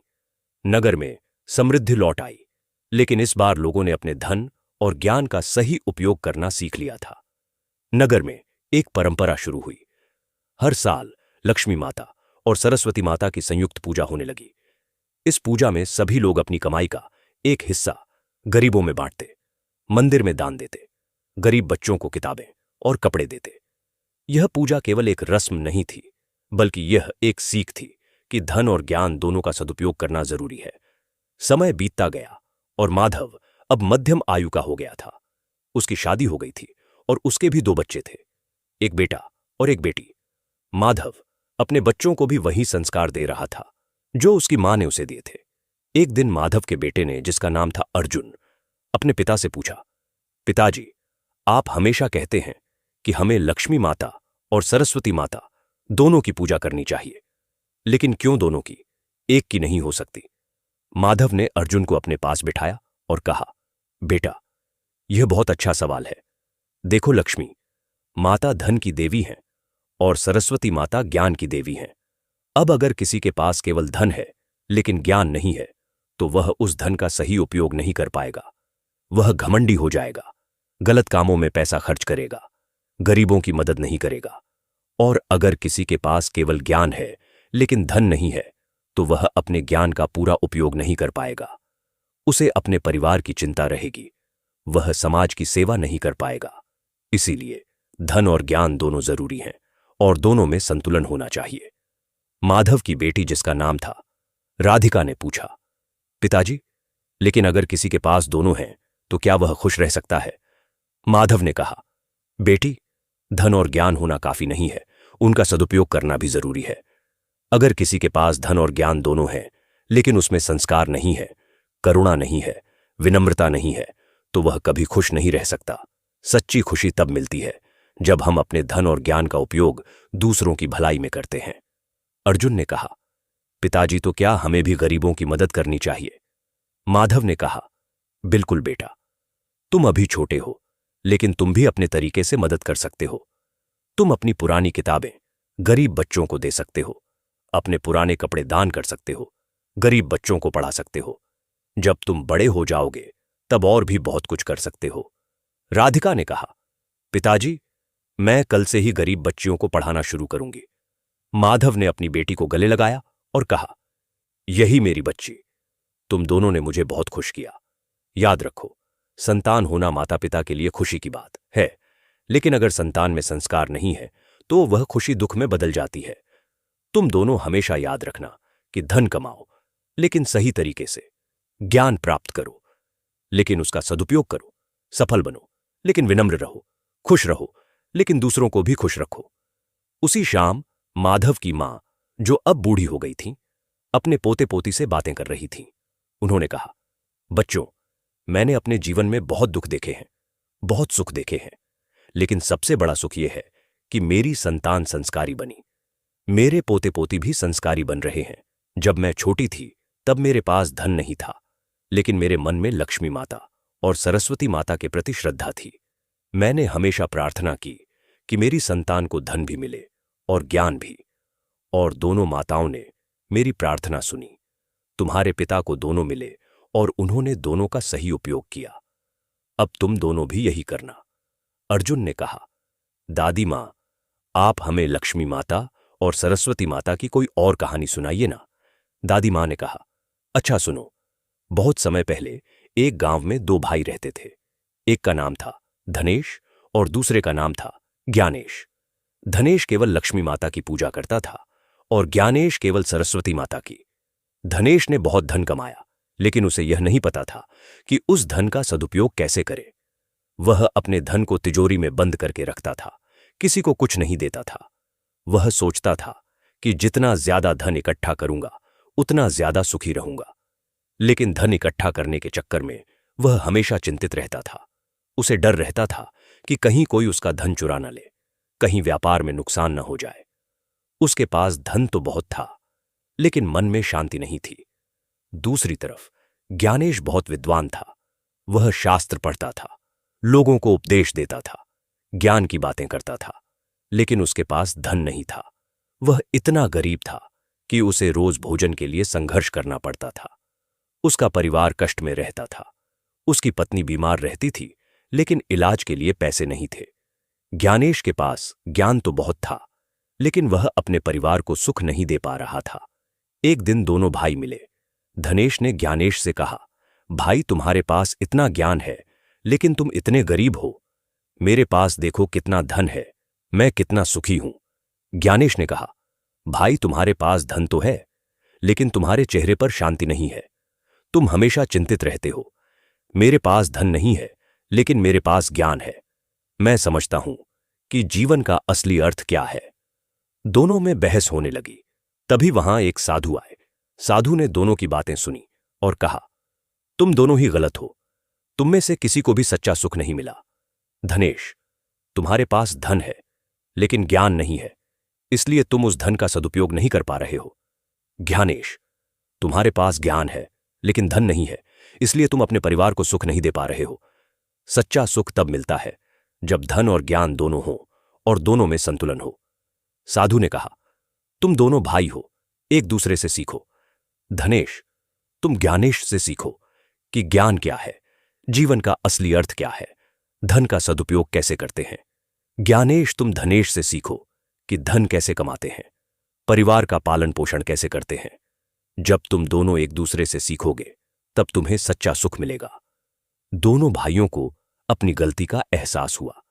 धनेश ने ज्ञानेश को अपने धन में से आधा हिस्सा दिया और कहा, भाई, यह लो और अपने परिवार की देखभाल करो। मैं तुमसे ज्ञान सीखूंगा। ज्ञानेश ने धनेश को शास्त्र पढ़ाना शुरू किया। उसे जीवन के असली अर्थ के बारे में बताया। उसे समझाया कि धन का सदुपयोग कैसे करते हैं। धीरे धीरे दोनों भाइयों में बदलाव आने लगा। धनेश ने अपने धन का उपयोग गरीबों की मदद करने में करना शुरू किया। उसने मंदिर बनवाए, पाठशालाएं खोलीं, गरीबों में भोजन बांटा। अब उसे धन इकट्ठा करने की चिंता नहीं रहती थी, बल्कि वह सोचता था कि कैसे अपने धन से ज्यादा लोगों की मदद कर सकता है। उसके मन में शांति आ गई। ज्ञानेश ने भी अपने ज्ञान के साथ साथ थोड़ा व्यापार करना शुरू किया। अब उसके पास इतना धन था कि वह अपने परिवार को सुख से रख सके। उसकी पत्नी का इलाज हो गया, बच्चों को अच्छी शिक्षा मिलने लगी, लेकिन वह अपना ज्ञान भी नहीं भूला। वह अब भी लोगों को उपदेश देता था, लेकिन अब उसके उपदेश में और भी गहराई आ गई थी, क्योंकि अब वह जीवन के व्यावहारिक पहलू को भी समझने लगा था। कुछ समय बाद उसी गांव में फिर से लक्ष्मी माता और सरस्वती माता प्रकट हुईं। उन्होंने दोनों भाइयों को देखा और बहुत प्रसन्न हुईं। लक्ष्मी माता ने कहा, अब तुम दोनों ने सही रास्ता पा लिया है। धनेश, अब तुम्हारे पास धन भी है और ज्ञान भी, इसलिए तुम उस धन का सही उपयोग कर पा रहे हो। सरस्वती माता ने कहा, और ज्ञानेश, अब तुम्हारे पास ज्ञान भी है और धन भी, इसलिए तुम अपने परिवार को सुख भी दे पा रहे हो। और समाज की सेवा भी कर पा रहे हो। यही जीवन का असली अर्थ है। दोनों भाई जीवन भर खुशी से रहे और उन्होंने अपनी संतानों को भी यही सीख दी कि जीवन में धन और ज्ञान दोनों जरूरी हैं और दोनों में संतुलन होना चाहिए। दादी मां ने कहानी खत्म की और कहा, तो बच्चों, यही सीख है। लक्ष्मी माता और सरस्वती माता दोनों की पूजा करो, दोनों का आशीर्वाद लो, धन भी कमाओ और ज्ञान भी प्राप्त करो, लेकिन दोनों का सदुपयोग करना मत भूलना। अर्जुन और राधिका ने दादी मां को प्रणाम किया और कहा, दादी मां, हम हमेशा आपकी इस सीख को याद रखेंगे। समय आगे बढ़ता गया और नगर में एक और घटना घटी। नगर के पास एक जंगल था और उस जंगल में एक साधु रहते थे। वह साधु बहुत ज्ञानी थे और लोग उनसे आशीर्वाद लेने जाते थे, लेकिन साधु बहुत कम लोगों से मिलते थे। एक दिन नगर में खबर फैली कि साधु गंभीर रूप से बीमार हैं और शायद उनके पास ज्यादा समय नहीं है। माधव यह सुनकर बहुत दुखी हुआ, क्योंकि उन साधु ने ही कभी उसे और उसकी मां को आशीर्वाद दिया था। माधव तुरंत जंगल में साधु के पास गया। साधु बहुत कमजोर हो गए थे। माधव ने साधु के चरण छुए और कहा, गुरुदेव, आप ठीक हो जाएंगे। मैं आपके इलाज का पूरा प्रबंध करता हूं। साधु ने मुस्कुराते हुए कहा, बेटा, मेरा समय आ गया है, मुझे जाना है, लेकिन जाने से पहले मैं तुम्हें कुछ बताना चाहता हूं। माधव ने कहा, गुरुदेव, आप बोलिए। साधु ने कहा, माधव, मैंने अपना पूरा जीवन ज्ञान की खोज में बिताया। मैंने शास्त्र पढ़े, तपस्या की, साधना की, मुझे बहुत ज्ञान मिला, लेकिन मैंने एक गलती की। मैंने समाज से दूर रहकर अपना ज्ञान केवल अपने तक ही सीमित रख दिया। मैं सोचता था कि मोक्ष पाने के लिए दुनिया से दूर रहना जरूरी है, लेकिन अब जीवन के अंतिम पड़ाव पर मुझे समझ आया कि सच्चा ज्ञान वह है जो दूसरों के काम आए। तुमने अपने ज्ञान और धन दोनों का उपयोग समाज की सेवा में किया। तुमने युवाओं को शिक्षा दी, गरीबों की मदद की, संकट के समय नगर को बचाया। यही सच्ची साधना है, यही सच्ची तपस्या है। माधव की आंखों में आंसू आ गए। उसने कहा, गुरुदेव, आप ऐसा मत कहिए। आपने तो अपना पूरा जीवन ज्ञान की प्राप्ति में लगाया, यह भी बहुत बड़ी बात है। साधु ने कहा, नहीं बेटा, ज्ञान प्राप्त करना तो केवल आधा काम है, उस ज्ञान को दूसरों तक पहुंचाना पूरा काम है। लक्ष्मी माता और सरस्वती माता दोनों यही चाहती हैं कि मनुष्य धन भी कमाए, ज्ञान भी प्राप्त करे और दोनों का उपयोग समाज के कल्याण में करे। तुमने यह किया है, इसलिए तुम धन्य हो। अब मेरी एक अंतिम इच्छा है। माधव ने कहा, गुरुदेव, आप बोलिए, मैं आपकी हर इच्छा पूरी करूंगा।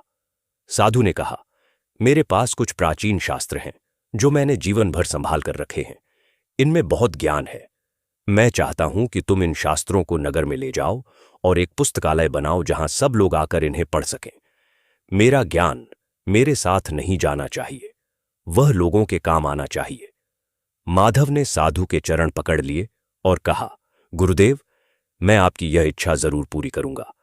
मैं एक बड़ा पुस्तकालय बनवाऊंगा जहां न केवल आपके शास्त्र बल्कि दूसरी किताबें भी होंगी और हर कोई वहां आकर मुफ्त में पढ़ सकेगा।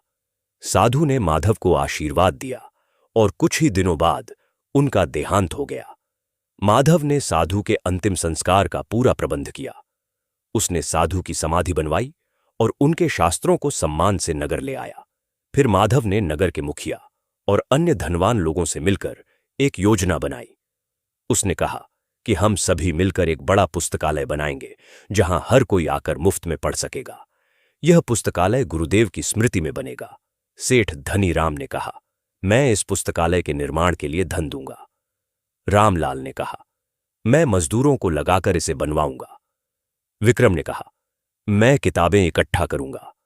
माधव की मां ने कहा, और मैं रोज लक्ष्मी माता और सरस्वती माता से प्रार्थना करूंगी कि यह पुस्तकालय सफल हो। सभी ने मिलकर काम शुरू किया। कुछ महीनों में एक सुंदर पुस्तकालय बनकर तैयार हो गया। उसमें साधु के शास्त्र रखे गए, दूसरे नगरों से किताबें मंगवाई गईं, विभिन्न विषयों पर पुस्तकें इकट्ठा की गईं। पुस्तकालय का उद्घाटन बहुत धूमधाम से हुआ। नगर के सभी लोग इकट्ठा हुए। सबसे पहले लक्ष्मी माता और सरस्वती माता की पूजा हुई। फिर पुस्तकालय के दरवाजे खोले गए। माधव ने कहा, यह पुस्तकालय हम सभी के लिए है। यहां अमीर गरीब, बड़े छोटे सब आ सकते हैं। यहां ज्ञान मुफ्त में मिलेगा, क्योंकि ज्ञान किसी की संपत्ति नहीं है, ज्ञान सबका अधिकार है, और जब हम ज्ञान को दूसरों के साथ बांटते हैं तो सरस्वती माता प्रसन्न होती है। धीरे धीरे पुस्तकालय नगर का एक महत्वपूर्ण केंद्र बन गया। युवा वहां आकर पढ़ते, बूढ़े लोग शास्त्र पढ़ते, बच्चे कहानियां पढ़ते। गरीब बच्चे जो किताबें नहीं खरीद सकते थे, वे भी वहां आकर मुफ्त में पढ़ते। नगर में ज्ञान का प्रसार होने लगा। लोग पढ़ लिख कर समझदार बनने लगे, उनमें संस्कार आने लगे। एक दिन पुस्तकालय में एक अनोखी घटना घटी। एक बहुत गरीब लड़का जिसका नाम था गोपी रोज पुस्तकालय आता और घंटों किताबें पढ़ता। गोपी के पिता एक मजदूर थे और मां बीमार रहती थी। गोपी को स्कूल जाने के लिए पैसे नहीं थे, लेकिन वह पढ़ने का बहुत शौकीन था। एक दिन माधव ने गोपी को पुस्तकालय में देखा। वह एक गणित की किताब पढ़ रहा था और बहुत ध्यान से। माधव गोपी के पास गया और पूछा, बेटा तुम रोज यहां आते हो, तुम्हें पढ़ना बहुत पसंद है क्या? गोपी ने शर्माते हुए कहा, जी हां, मुझे पढ़ना बहुत पसंद है, लेकिन मेरे पास स्कूल जाने के लिए पैसे नहीं हैं, इसलिए मैं यहां आकर पढ़ता हूं। माधव को गोपी पर बहुत दया आई। उसने कहा, बेटा तुम परेशान मत हो, मैं तुम्हारी पढ़ाई का पूरा खर्च उठाऊंगा। तुम स्कूल जाओ और अच्छे से पढ़ो। गोपी की आंखों में आंसू आ गए। उसने माधव के पैर छू लिए और कहा, आप मेरे लिए भगवान से कम नहीं हैं, मैं जीवन भर आपका एहसानमंद रहूंगा। माधव ने गोपी को उठाया और कहा, बेटा यह कोई एहसान नहीं है। जब हमारे पास धन है तो हमें उसका उपयोग जरूरतमंदों की मदद में करना चाहिए, और जब तुम पढ़ लिख कर बड़े हो जाओगे तब तुम भी दूसरे गरीब बच्चों की मदद करना। यही लक्ष्मी माता और सरस्वती माता की सच्ची पूजा है। गोपी ने स्कूल जाना शुरू किया। वह पढ़ाई में बहुत तेज निकला। कुछ सालों में वह अपनी कक्षा में सबसे अव्वल बन गया। गोपी की मेहनत और माधव की मदद से वह आगे की पढ़ाई के लिए बड़े नगर में गया। वहां उसने और भी अच्छी शिक्षा प्राप्त की। कुछ सालों बाद गोपी एक योग्य चिकित्सक बन गया, लेकिन गोपी ने अपने गरीबी के दिन नहीं भूले और न ही माधव का एहसान। गोपी अपने नगर वापस लौट आया और वहां एक मुफ्त चिकित्सालय खोला, जहां गरीब लोगों का मुफ्त इलाज होता था। गोपी ने माधव से कहा, गुरुजी, आपने मुझे जीवन दिया, आपने मुझे शिक्षा दी, अब मैं भी अपने ज्ञान का उपयोग दूसरों की सेवा में करूंगा। आपने मुझे सिखाया कि लक्ष्मी माता और सरस्वती माता की सच्ची पूजा यही है कि हम अपने धन और ज्ञान का उपयोग दूसरों की भलाई में करें। माधव बहुत खुश हुआ। उसने गोपी को गले लगाया और कहा, बेटा तुमने मुझे गर्व करने का मौका दिया। तुमने साबित कर दिया कि अगर किसी को सही मौका मिले, सही शिक्षा मिले, तो वह कुछ भी कर सकता है, और जब वह अपनी सफलता में दूसरों को भागीदार बनाता है तो यही सच्ची सफलता है। समय बीतता गया और नगर में और भी बहुत से बदलाव आए। माधव की पाठशाला से निकले कई युवा अलग अलग क्षेत्रों में सफल हुए। कोई व्यापारी बना, कोई शिक्षक बना, कोई कारीगर बना, लेकिन सभी ने एक बात समान रूप से सीखी कि अपनी सफलता में दूसरों को भागीदार बनाना जरूरी है। नगर में अब गरीबी कम हो गई थी, क्योंकि सभी धनवान लोग गरीबों की मदद करते थे। नगर में अशिक्षा कम हो गई थी, क्योंकि पुस्तकालय और पाठशालाओं में सबको मुफ्त शिक्षा मिलती थी। नगर में बीमारियां कम हो गई थीं, क्योंकि गोपी जैसे चिकित्सक मुफ्त इलाज करते थे। नगर के लोग कहने लगे कि यह सब लक्ष्मी माता और सरस्वती माता की कृपा है। एक दिन माधव के घर एक अजीब घटना घटी।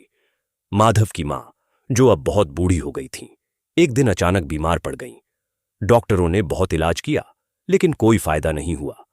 माधव बहुत परेशान था। उसने हर संभव इलाज करवाया, लेकिन मां की तबीयत सुधर नहीं रही थी। माधव रोज रात को लक्ष्मी माता और सरस्वती माता के सामने बैठकर प्रार्थना करता और रोता। वह कहता, हे माताओं, मेरी मां ने मुझे सब कुछ दिया, उन्होंने मुझे संस्कार दिए, उन्होंने मुझे आप दोनों की भक्ति सिखाई। अब जब उन्हें मेरी जरूरत है तो मैं उनकी मदद नहीं कर पा रहा हूं, कृपया उन्हें ठीक कर दीजिए।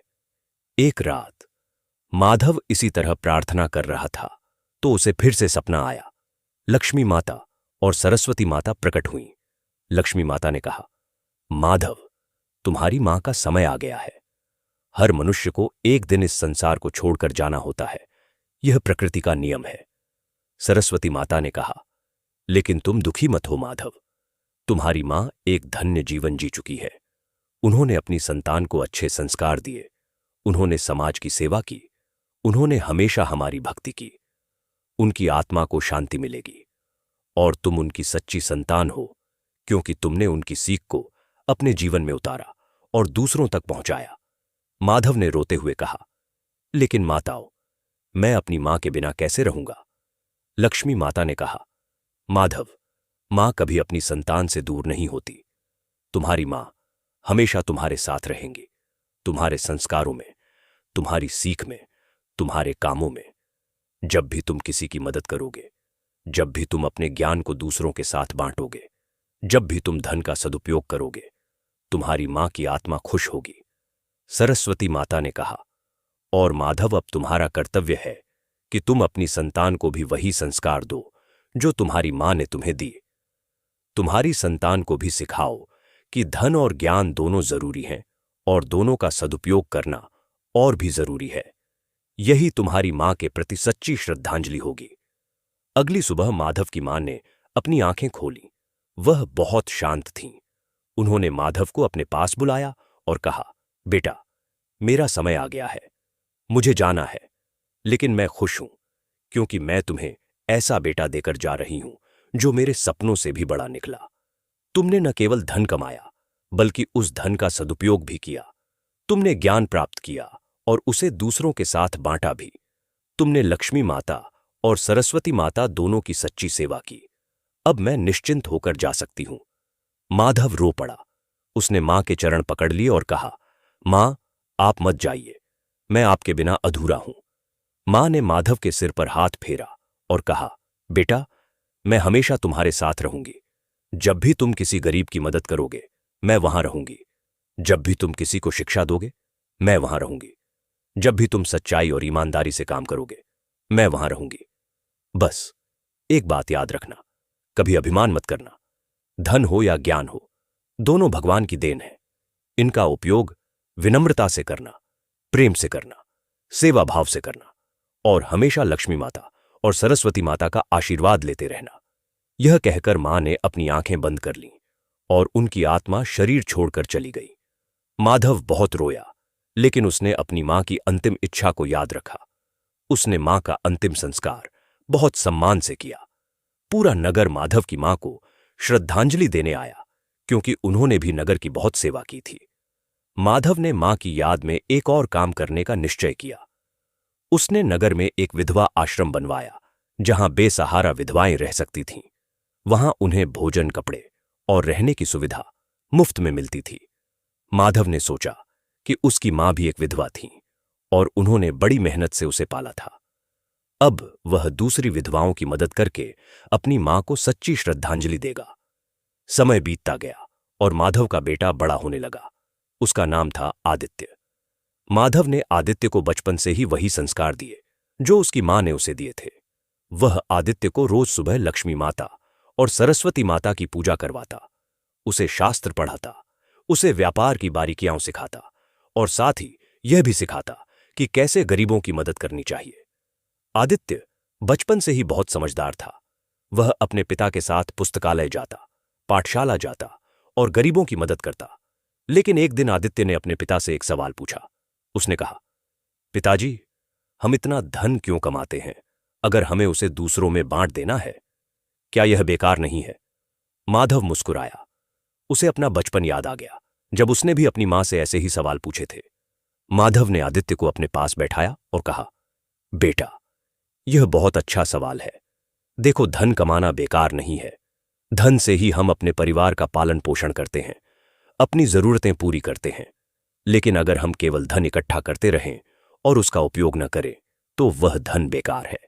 धन का असली मूल्य तब है जब हम उसका सदुपयोग करें, और सदुपयोग का मतलब है अपनी जरूरतों के साथ साथ दूसरों की जरूरतों का भी ध्यान रखना। आदित्य ने पूछा, लेकिन पिताजी, अगर हम सब कुछ दान कर देंगे तो हमारे पास क्या बचेगा? माधव ने कहा, बेटा, यह मैंने कब कहा कि सब कुछ दान कर दो? संतुलन जरूरी है। हमें इतना धन कमाना चाहिए कि हम अपने परिवार को आराम से रख सकें और साथ ही दूसरों की मदद भी कर सकें। लक्ष्मी माता और सरस्वती माता दोनों यही सिखाती हैं कि संतुलन बनाकर चलो। न तो इतना कंजूस बनो कि किसी की मदद ही न करो, न इतना दानी बनो कि अपना परिवार भूखा रह जाए। बीच का रास्ता ढूंढो। आदित्य ने कहा, और ज्ञान के बारे में क्या? माधव ने कहा, ज्ञान के बारे में एक खास बात है बेटा। धन को जब तुम बांटते हो तो वह कम हो जाता है, लेकिन ज्ञान को जब तुम बांटते हो तो वह बढ़ता है। जितना ज्यादा तुम अपने ज्ञान को दूसरों के साथ बांटोगे, उतना ज्यादा तुम्हारा ज्ञान बढ़ेगा, क्योंकि जब तुम किसी को पढ़ाओगे तो तुम्हें खुद भी नई चीजें समझ आएंगी। इसीलिए ज्ञान को हमेशा बांटना चाहिए, कभी अपने तक सीमित नहीं रखना चाहिए। आदित्य को बात समझ आ गई। उसने कहा, पिताजी, अब मैं समझ गया। लक्ष्मी माता हमें धन देती है ताकि हम अपनी और दूसरों की जरूरतें पूरी कर सकें। सरस्वती माता हमें ज्ञान देती है ताकि हम समझदारी से जी सकें और दूसरों को भी समझदार बना सकें। और जब हम दोनों का सदुपयोग करते हैं तो दोनों माताएं खुश होती हैं। माधव ने आदित्य को गले लगाया और कहा, बिल्कुल सही बेटा, तुमने बात को पूरी तरह समझ लिया। अब तुम भी बड़े होकर इसी रास्ते पर चलना। कुछ साल बीत गए और आदित्य युवा हो गया। माधव ने उसे धीरे धीरे अपने व्यापार में भागीदार बनाना शुरू किया। आदित्य बहुत मेहनती और ईमानदार था। वह अपने पिता की तरह व्यापार में भी सफल हुआ और समाज सेवा में भी। लेकिन एक दिन नगर में फिर से एक बड़ा संकट आया। पड़ोसी राज्य के राजा ने नगर पर हमला करने की धमकी दी। राजा कहता था कि या तो नगर उसे भारी कर दे या फिर वह युद्ध करेगा। नगर के लोग बहुत डर गए। नगर का अपना कोई सेना नहीं था, क्योंकि वह एक शांतिप्रिय व्यापारिक नगर था। नगर के मुखिया ने सभी को इकट्ठा किया और कहा, हमें निर्णय लेना होगा, या तो हम राजा को कर दें या फिर युद्ध के लिए तैयार हों। सेठ धनी राम ने कहा, हम कर दे दें, युद्ध में जान का खतरा है। रामलाल ने कहा, लेकिन अगर हम एक बार कर देंगे तो राजा बार बार मांगता रहेगा, फिर हम कब तक देते रहेंगे? विक्रम ने कहा, और हमारे पास युद्ध लड़ने के लिए न सेना है न हथियार, हम क्या करेंगे? सब बहस करने लगे। तभी माधव खड़ा हुआ और बोला, मित्रों, हमें न तो कायरों की तरह कर देना चाहिए और न ही बिना सोचे समझे युद्ध के लिए तैयार हो जाना चाहिए। हमें बुद्धि से काम लेना चाहिए। सरस्वती माता हमें ज्ञान देती हैं ताकि हम मुश्किल समय में समझदारी से काम लें। आदित्य ने कहा, पिताजी, आपका क्या विचार है? माधव ने कहा, मेरा विचार है कि हम राजा के पास एक शिष्टमंडल भेजें। हम उससे बात करें, उसे समझाएं कि युद्ध से किसी का भला नहीं होगा। अगर वह हमसे कर चाहता है तो हम उसे व्यापार में भागीदार बना सकते हैं। हमारा नगर व्यापार में समृद्ध है। हम उसके राज्य से व्यापार करेंगे तो उसे भी फायदा होगा और हमें भी। युद्ध में दोनों का नुकसान होगा, लेकिन व्यापार में दोनों का लाभ होगा। नगर के मुखिया को यह विचार अच्छा लगा। उसने कहा, यह बुद्धिमानी की बात है। हम एक शिष्टमंडल भेजेंगे। माधव, तुम इसका नेतृत्व करोगे क्योंकि तुम में धन भी है और ज्ञान भी। तुम राजा को अच्छे से समझा सकोगे। माधव ने हामी भर दी। कुछ दिनों बाद माधव और कुछ अन्य लोग पड़ोसी राज्य के राजा के पास गए। राजा बहुत अभिमानी था। उसने माधव से कहा, तुम लोग कमजोर हो, तुम्हारे पास सेना नहीं है। मुझे भारी कर दो, वरना मैं तुम्हारे नगर को नष्ट कर दूंगा। माधव ने बहुत विनम्रता से कहा, महाराज, आप बिल्कुल सही कह रहे हैं। हमारे पास सेना नहीं है, हम युद्ध नहीं कर सकते। लेकिन महाराज, हम व्यापार में बहुत समृद्ध हैं। हमारे पास अच्छे व्यापारी हैं, हमारे पास बढ़िया माल है। हमारे नगर से दूर दूर के देशों से व्यापारी आते हैं। अगर आप हमसे कर लेंगे तो आपको कुछ समय के लिए धन मिल जाएगा, लेकिन फिर वह खत्म हो जाएगा। लेकिन अगर आप हमारे साथ व्यापारिक संबंध बनाएंगे तो आपको हमेशा के लिए लाभ होता रहेगा। हम आपके राज्य से सामान खरीदेंगे, आप हमारे नगर से सामान खरीदेंगे। हम दोनों का व्यापार बढ़ेगा, दोनों की समृद्धि बढ़ेगी। राजा को यह बात थोड़ी समझ आई, लेकिन उसका अहंकार अभी भी था। उसने कहा, लेकिन अगर मैं तुम्हारा नगर जीत लूंगा तो सब कुछ मेरा हो जाएगा। माधव ने कहा, महाराज, युद्ध में जीत हार का कोई भरोसा नहीं। हो सकता है आप जीत जाएं, लेकिन युद्ध में आपके सैनिक मरेंगे, आपका खजाना खर्च होगा। और अगर आप हमारे नगर को जीत भी लेंगे तो एक नष्ट नगर आपको मिलेगा, जहां कोई व्यापार नहीं होगा, कोई समृद्धि नहीं होगी। लेकिन अगर आप शांति से हमारे साथ व्यापार करेंगे तो बिना किसी खून खराबे के, बिना किसी खर्च के आपको लगातार लाभ होता रहेगा। और महाराज, एक बात और है, हमारे नगर में बहुत अच्छे शिल्पकार हैं, बहुत अच्छे शिक्षक हैं। अगर आप चाहें तो हम आपके राज्य में भी पाठशालाएं खोल सकते हैं, आपके लोगों को शिक्षा दे सकते हैं। जब आपकी प्रजा शिक्षित होगी तो आपका राज्य और भी मजबूत होगा। राजा के मंत्रियों को भी यह बात समझ आने लगी। एक बूढ़े मंत्री ने राजा से कहा, महाराज, यह व्यापारी सही कह रहा है। युद्ध से अस्थायी लाभ होता है, लेकिन व्यापार से स्थायी लाभ होता है, और शिक्षा से राज्य मजबूत होता है। हमें इनकी बात माननी चाहिए। राजा ने कुछ देर सोचा। उसका अहंकार अभी भी उसे युद्ध के लिए उकसा रहा था, लेकिन उसकी बुद्धि कह रही थी कि माधव सही कह रहा है। आखिरकार राजा ने कहा, ठीक है, मैं तुम्हारी बात मानता हूं। हम युद्ध नहीं करेंगे, हम व्यापारिक संबंध बनाएंगे। लेकिन याद रखना, अगर तुमने धोखा किया तो मैं तुम्हारे नगर को नष्ट कर दूंगा। माधव ने विनम्रता से कहा, महाराज, हम कभी धोखा नहीं करेंगे। हम ईमानदारी से व्यापार करेंगे और आपको भी लाभ होगा और हमें भी। इस तरह माधव ने अपनी बुद्धि और विनम्रता से युद्ध टाल दिया। वह नगर वापस लौट आया। नगर के लोगों ने उसका बहुत ही स्वागत किया। सभी ने कहा कि माधव ने सरस्वती माता के ज्ञान का सही उपयोग करके नगर को बचा लिया। अगले कुछ महीनों में माधव ने राजा के राज्य के साथ व्यापारिक संबंध स्थापित किए। नगर के व्यापारी राजा के राज्य से सामान खरीदने लगे और वहां अपना सामान बेचने लगे। राजा को अच्छा लाभ होने लगा। राजा बहुत खुश हुआ। उसने माधव को बुलाया और कहा, तुम सही थे। युद्ध से ज्यादा लाभ मुझे व्यापार से हुआ है। तुम बहुत बुद्धिमान हो। माधव ने कहा, महाराज, यह बुद्धि मेरी नहीं, सरस्वती माता की है। उन्होंने ही मुझे यह ज्ञान दिया कि हिंसा से नहीं, प्रेम और व्यापार से सबका भला होता है। और महाराज, अगर आप चाहें तो हम आपके राज्य में भी पाठशालाएं खोल सकते हैं। राजा ने खुशी से हामी भर दी। माधव और आदित्य ने राजा के राज्य में भी पाठशालाएं खोलीं। वहां के बच्चों को मुफ्त शिक्षा दी जाने लगी। धीरे धीरे राजा के राज्य में भी शिक्षा का प्रसार होने लगा। राजा की प्रजा खुश रहने लगी। राजा का अहंकार कम होने लगा और वह समझदार बनने लगा। कुछ सालों बाद राजा ने माधव को फिर बुलाया और कहा, माधव, तुमने मुझे बहुत कुछ सिखाया। मैं पहले सोचता था कि ताकत से ही सब कुछ हासिल होता है, लेकिन तुमने मुझे सिखाया कि बुद्धि और प्रेम से भी बहुत कुछ हासिल किया जा सकता है। अब मेरी प्रजा खुश है, मेरा राज्य समृद्ध है और मैं भी शांत हूं। यह सब तुम्हारी वजह से हुआ। माधव ने कहा, महाराज, यह सब लक्ष्मी माता और सरस्वती माता की कृपा है। उन्होंने ही हमें धन दिया और ज्ञान दिया। जब हम दोनों का सदुपयोग करते हैं तो सबका भला होता है। महाराज, अब आप भी उन दोनों माताओं की पूजा करें और अपनी प्रजा का ख्याल रखें। राजा ने माधव की बात मानी। उसने अपने राज्य में भी लक्ष्मी माता और सरस्वती माता के मंदिर बनवाए। वह नियमित रूप से उनकी पूजा करने लगा और अपनी प्रजा का ख्याल रखने लगा। इस तरह दो राज्यों के बीच शांति और समृद्धि आ गई। समय बीतता गया और माधव बूढ़ा होने लगा। अब आदित्य नगर के सबसे प्रमुख व्यापारी बन गया था। वह अपने पिता की तरह ईमानदार था, बुद्धिमान था और समाज सेवा में विश्वास रखता था। एक दिन माधव ने आदित्य को बुलाया और कहा, बेटा, अब मैं बूढ़ा हो गया हूं। मेरे जाने का समय भी आ सकता है, लेकिन जाने से पहले मैं तुम्हें कुछ बताना चाहता हूं। आदित्य ने कहा, पिताजी, ऐसी बातें मत कीजिए। आप अभी बहुत साल और जिएंगे। माधव ने मुस्कुराते हुए कहा, बेटा, जीवन और मृत्यु भगवान के हाथ में है, लेकिन जो भी समय मिला है उसमें मैंने कुछ सीखा है जो मैं तुम्हारे साथ बांटना चाहता हूं।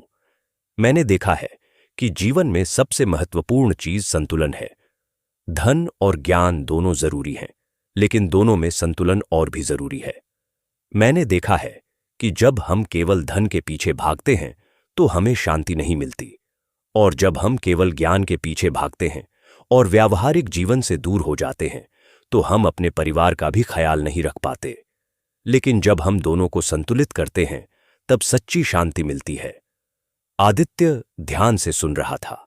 माधव ने आगे कहा, और बेटा, एक बात और, धन और ज्ञान तभी सार्थक हैं जब हम उनका सदुपयोग करें।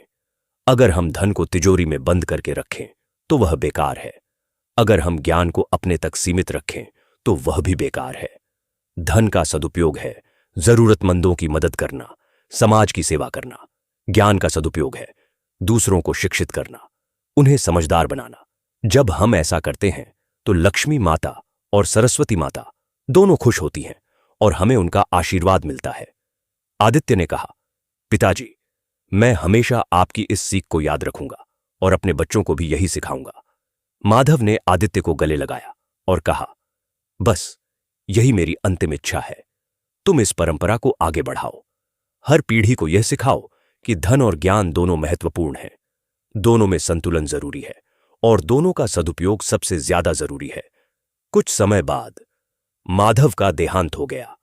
पूरे नगर ने शोक मनाया क्योंकि माधव ने नगर के लिए बहुत कुछ किया था। उसने पुस्तकालय बनवाया था, पाठशालाएं खोली थीं, गरीबों की मदद की थी, युद्ध से नगर को बचाया था। लोग कहने लगे कि माधव लक्ष्मी माता और सरस्वती माता का सच्चा भक्त था। आदित्य ने अपने पिता की याद में नगर में एक और मंदिर बनवाया जहां लक्ष्मी माता और सरस्वती माता की साथ साथ पूजा होती थी।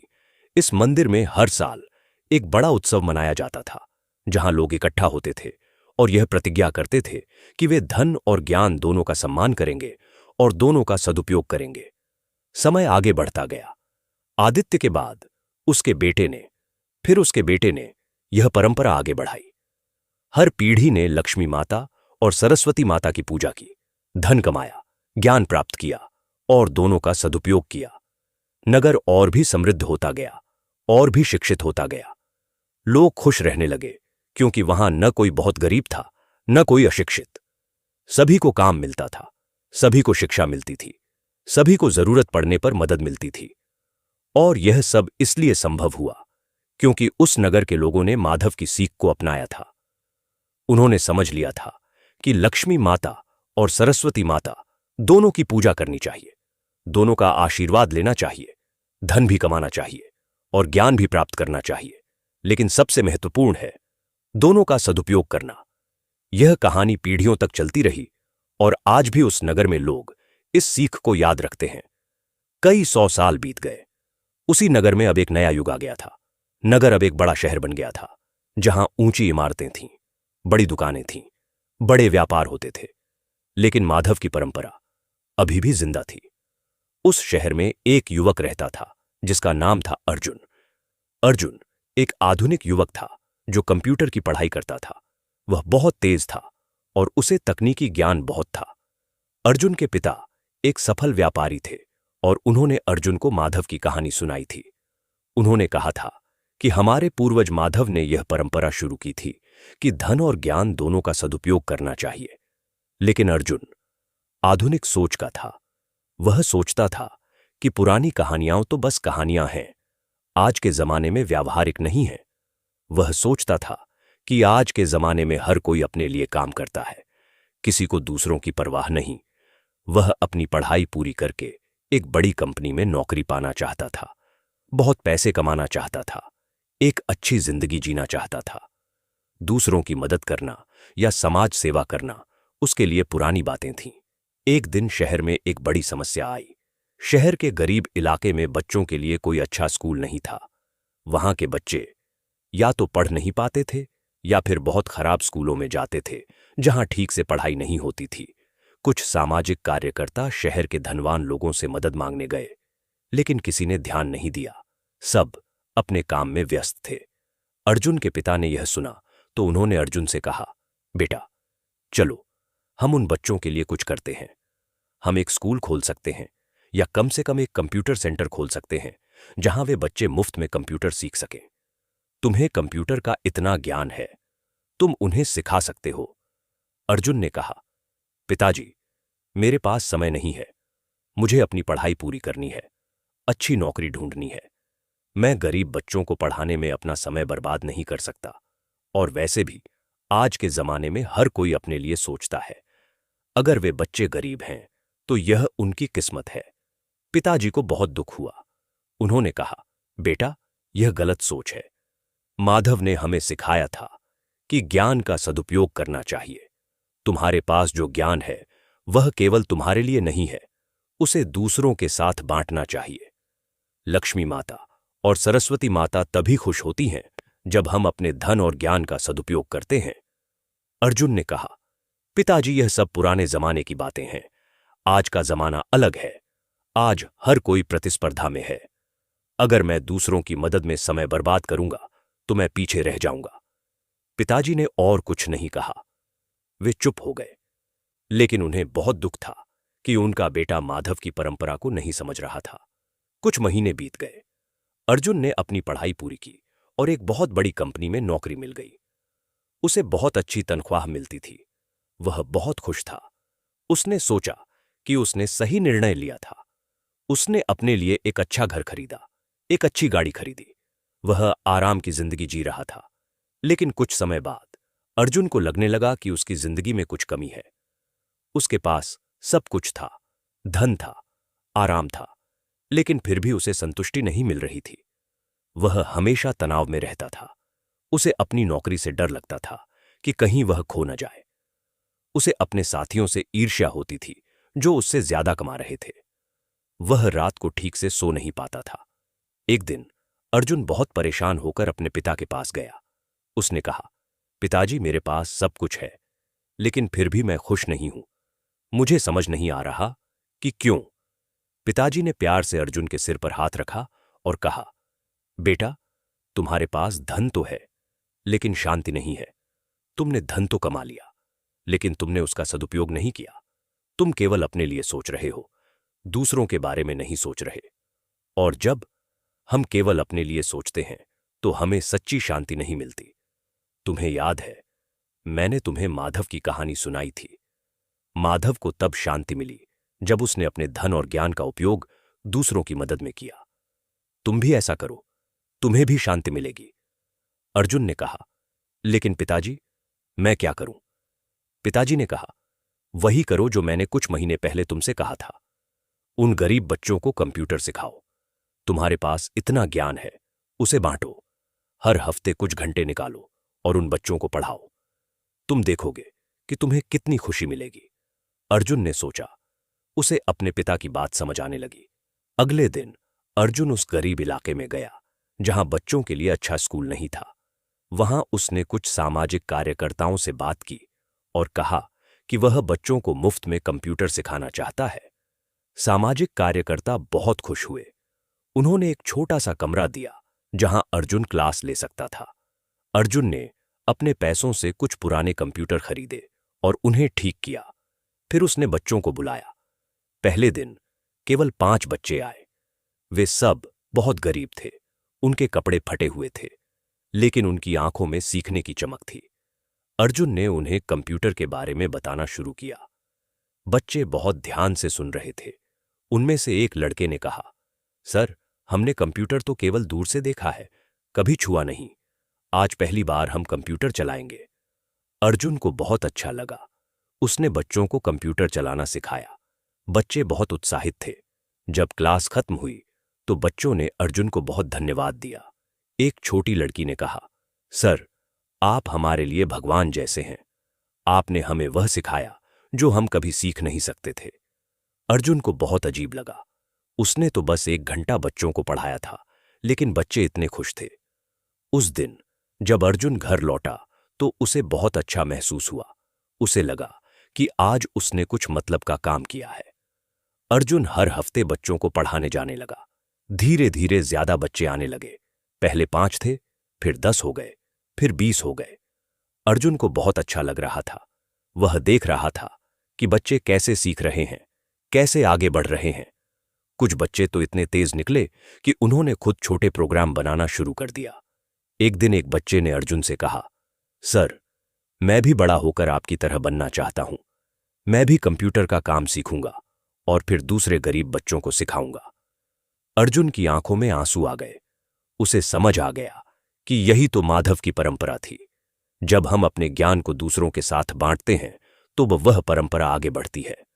वह बच्चा भी बड़ा होकर दूसरों की मदद करेगा और इस तरह यह सिलसिला चलता रहेगा। अर्जुन ने अपनी कक्षा को और बढ़ाने का निर्णय लिया। उसने अपने कुछ दोस्तों को भी बुलाया जो कंप्यूटर जानते थे। उन सब ने मिलकर और बच्चों को पढ़ाना शुरू किया। अर्जुन ने अपनी तनख्वाह में से कुछ पैसे बचाकर और कंप्यूटर खरीदे। उसने एक बड़ा कमरा किराए पर लिया। अब वहां 50 से ज्यादा बच्चे आने लगे। अर्जुन को अब अपनी जिंदगी में शांति महसूस होने लगी। वह अब भी अपनी नौकरी करता था, अच्छे पैसे कमाता था, लेकिन अब उसके पैसों का एक मतलब था। वह उन पैसों का उपयोग गरीब बच्चों की शिक्षा में कर रहा था और उसका ज्ञान भी अब बेकार नहीं जा रहा था, वह था उसे बांट रहा था। अर्जुन को अब समझ आ गया था कि लक्ष्मी माता और सरस्वती माता की पूजा का असली मतलब क्या है। एक दिन शहर के एक बड़े अखबार में अर्जुन के काम के बारे में खबर छपी। खबर में लिखा था कि एक युवक अपनी नौकरी के साथ साथ गरीब बच्चों को मुफ्त में कंप्यूटर सिखा रहा है और उन्हें आगे बढ़ने का मौका दे रहा है। यह खबर पढ़कर शहर के और भी लोग अर्जुन से मिलने आए। कुछ लोगों ने पैसों से मदद की, कुछ लोगों ने अपना समय देकर मदद की। अर्जुन का कंप्यूटर सेंटर और बड़ा हो गया। कुछ सालों में अर्जुन के सेंटर से निकले बच्चों में से कई ने अच्छी नौकरियां पाईं। कुछ बच्चे खुद छोटे व्यापार शुरू कर दिए। एक लड़का तो इतना तेज निकला कि उसे एक बड़ी कंपनी में नौकरी मिल गई। जब वह लड़का पहली तनख्वाह लेकर आया तो वह सीधे अर्जुन के पास आया और कहा, सर, आपने मुझे यह मौका दिया। अगर आप नहीं होते तो मैं आज भी गरीबी में होता। अब मैं भी अपनी कमाई का कुछ हिस्सा इस सेंटर में लगाऊंगा ताकि और बच्चों की मदद हो सके। अर्जुन बहुत खुश हुआ। उसने उस लड़के को गले लगाया और कहा, बेटा, तुमने मुझे गर्व करने का मौका दिया। यही तो असली शिक्षा है, जब विद्यार्थी शिक्षक से आगे निकलता है और दूसरों की मदद करता है। उस रात अर्जुन ने एक सपना देखा। उसने देखा कि लक्ष्मी माता और सरस्वती माता उसके सामने खड़ी है और मुस्कुरा रही है। लक्ष्मी माता ने कहा, अर्जुन, तुमने अपने धन का सदुपयोग किया। तुमने अपनी कमाई का कुछ हिस्सा उन बच्चों की शिक्षा में लगाया जो खुद शिक्षा नहीं ले सकते थे। यही धन का असली मूल्य है। सरस्वती माता ने कहा, और तुमने अपने ज्ञान को अपने तक सीमित नहीं रखा।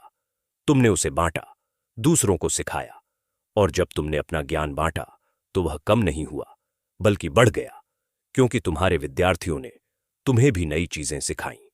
यही ज्ञान का असली मूल्य है। दोनों माताओं ने एक साथ कहा, तुम माधव की परंपरा को आगे बढ़ा रहे हो।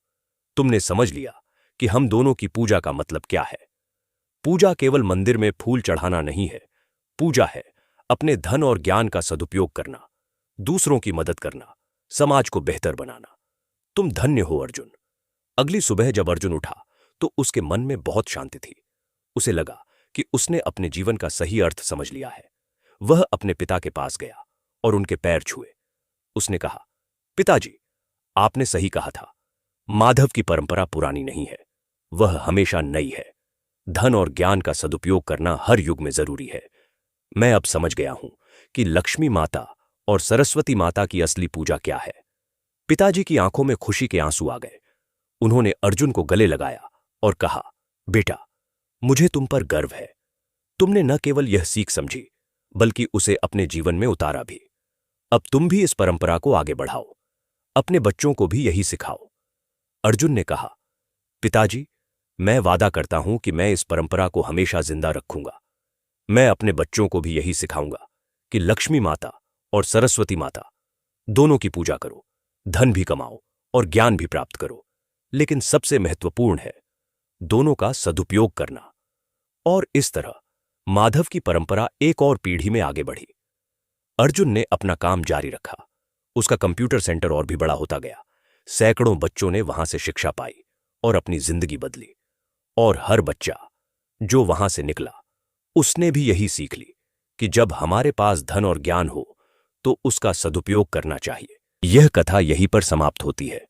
तो प्रिय दर्शन बंधु, यह कथा आपको कैसी लगी कमेंट में जरूर बताएं और हमारे चैनल सनातन आराध्या को सब्सक्राइब करना ना भूलें। धन्यवाद।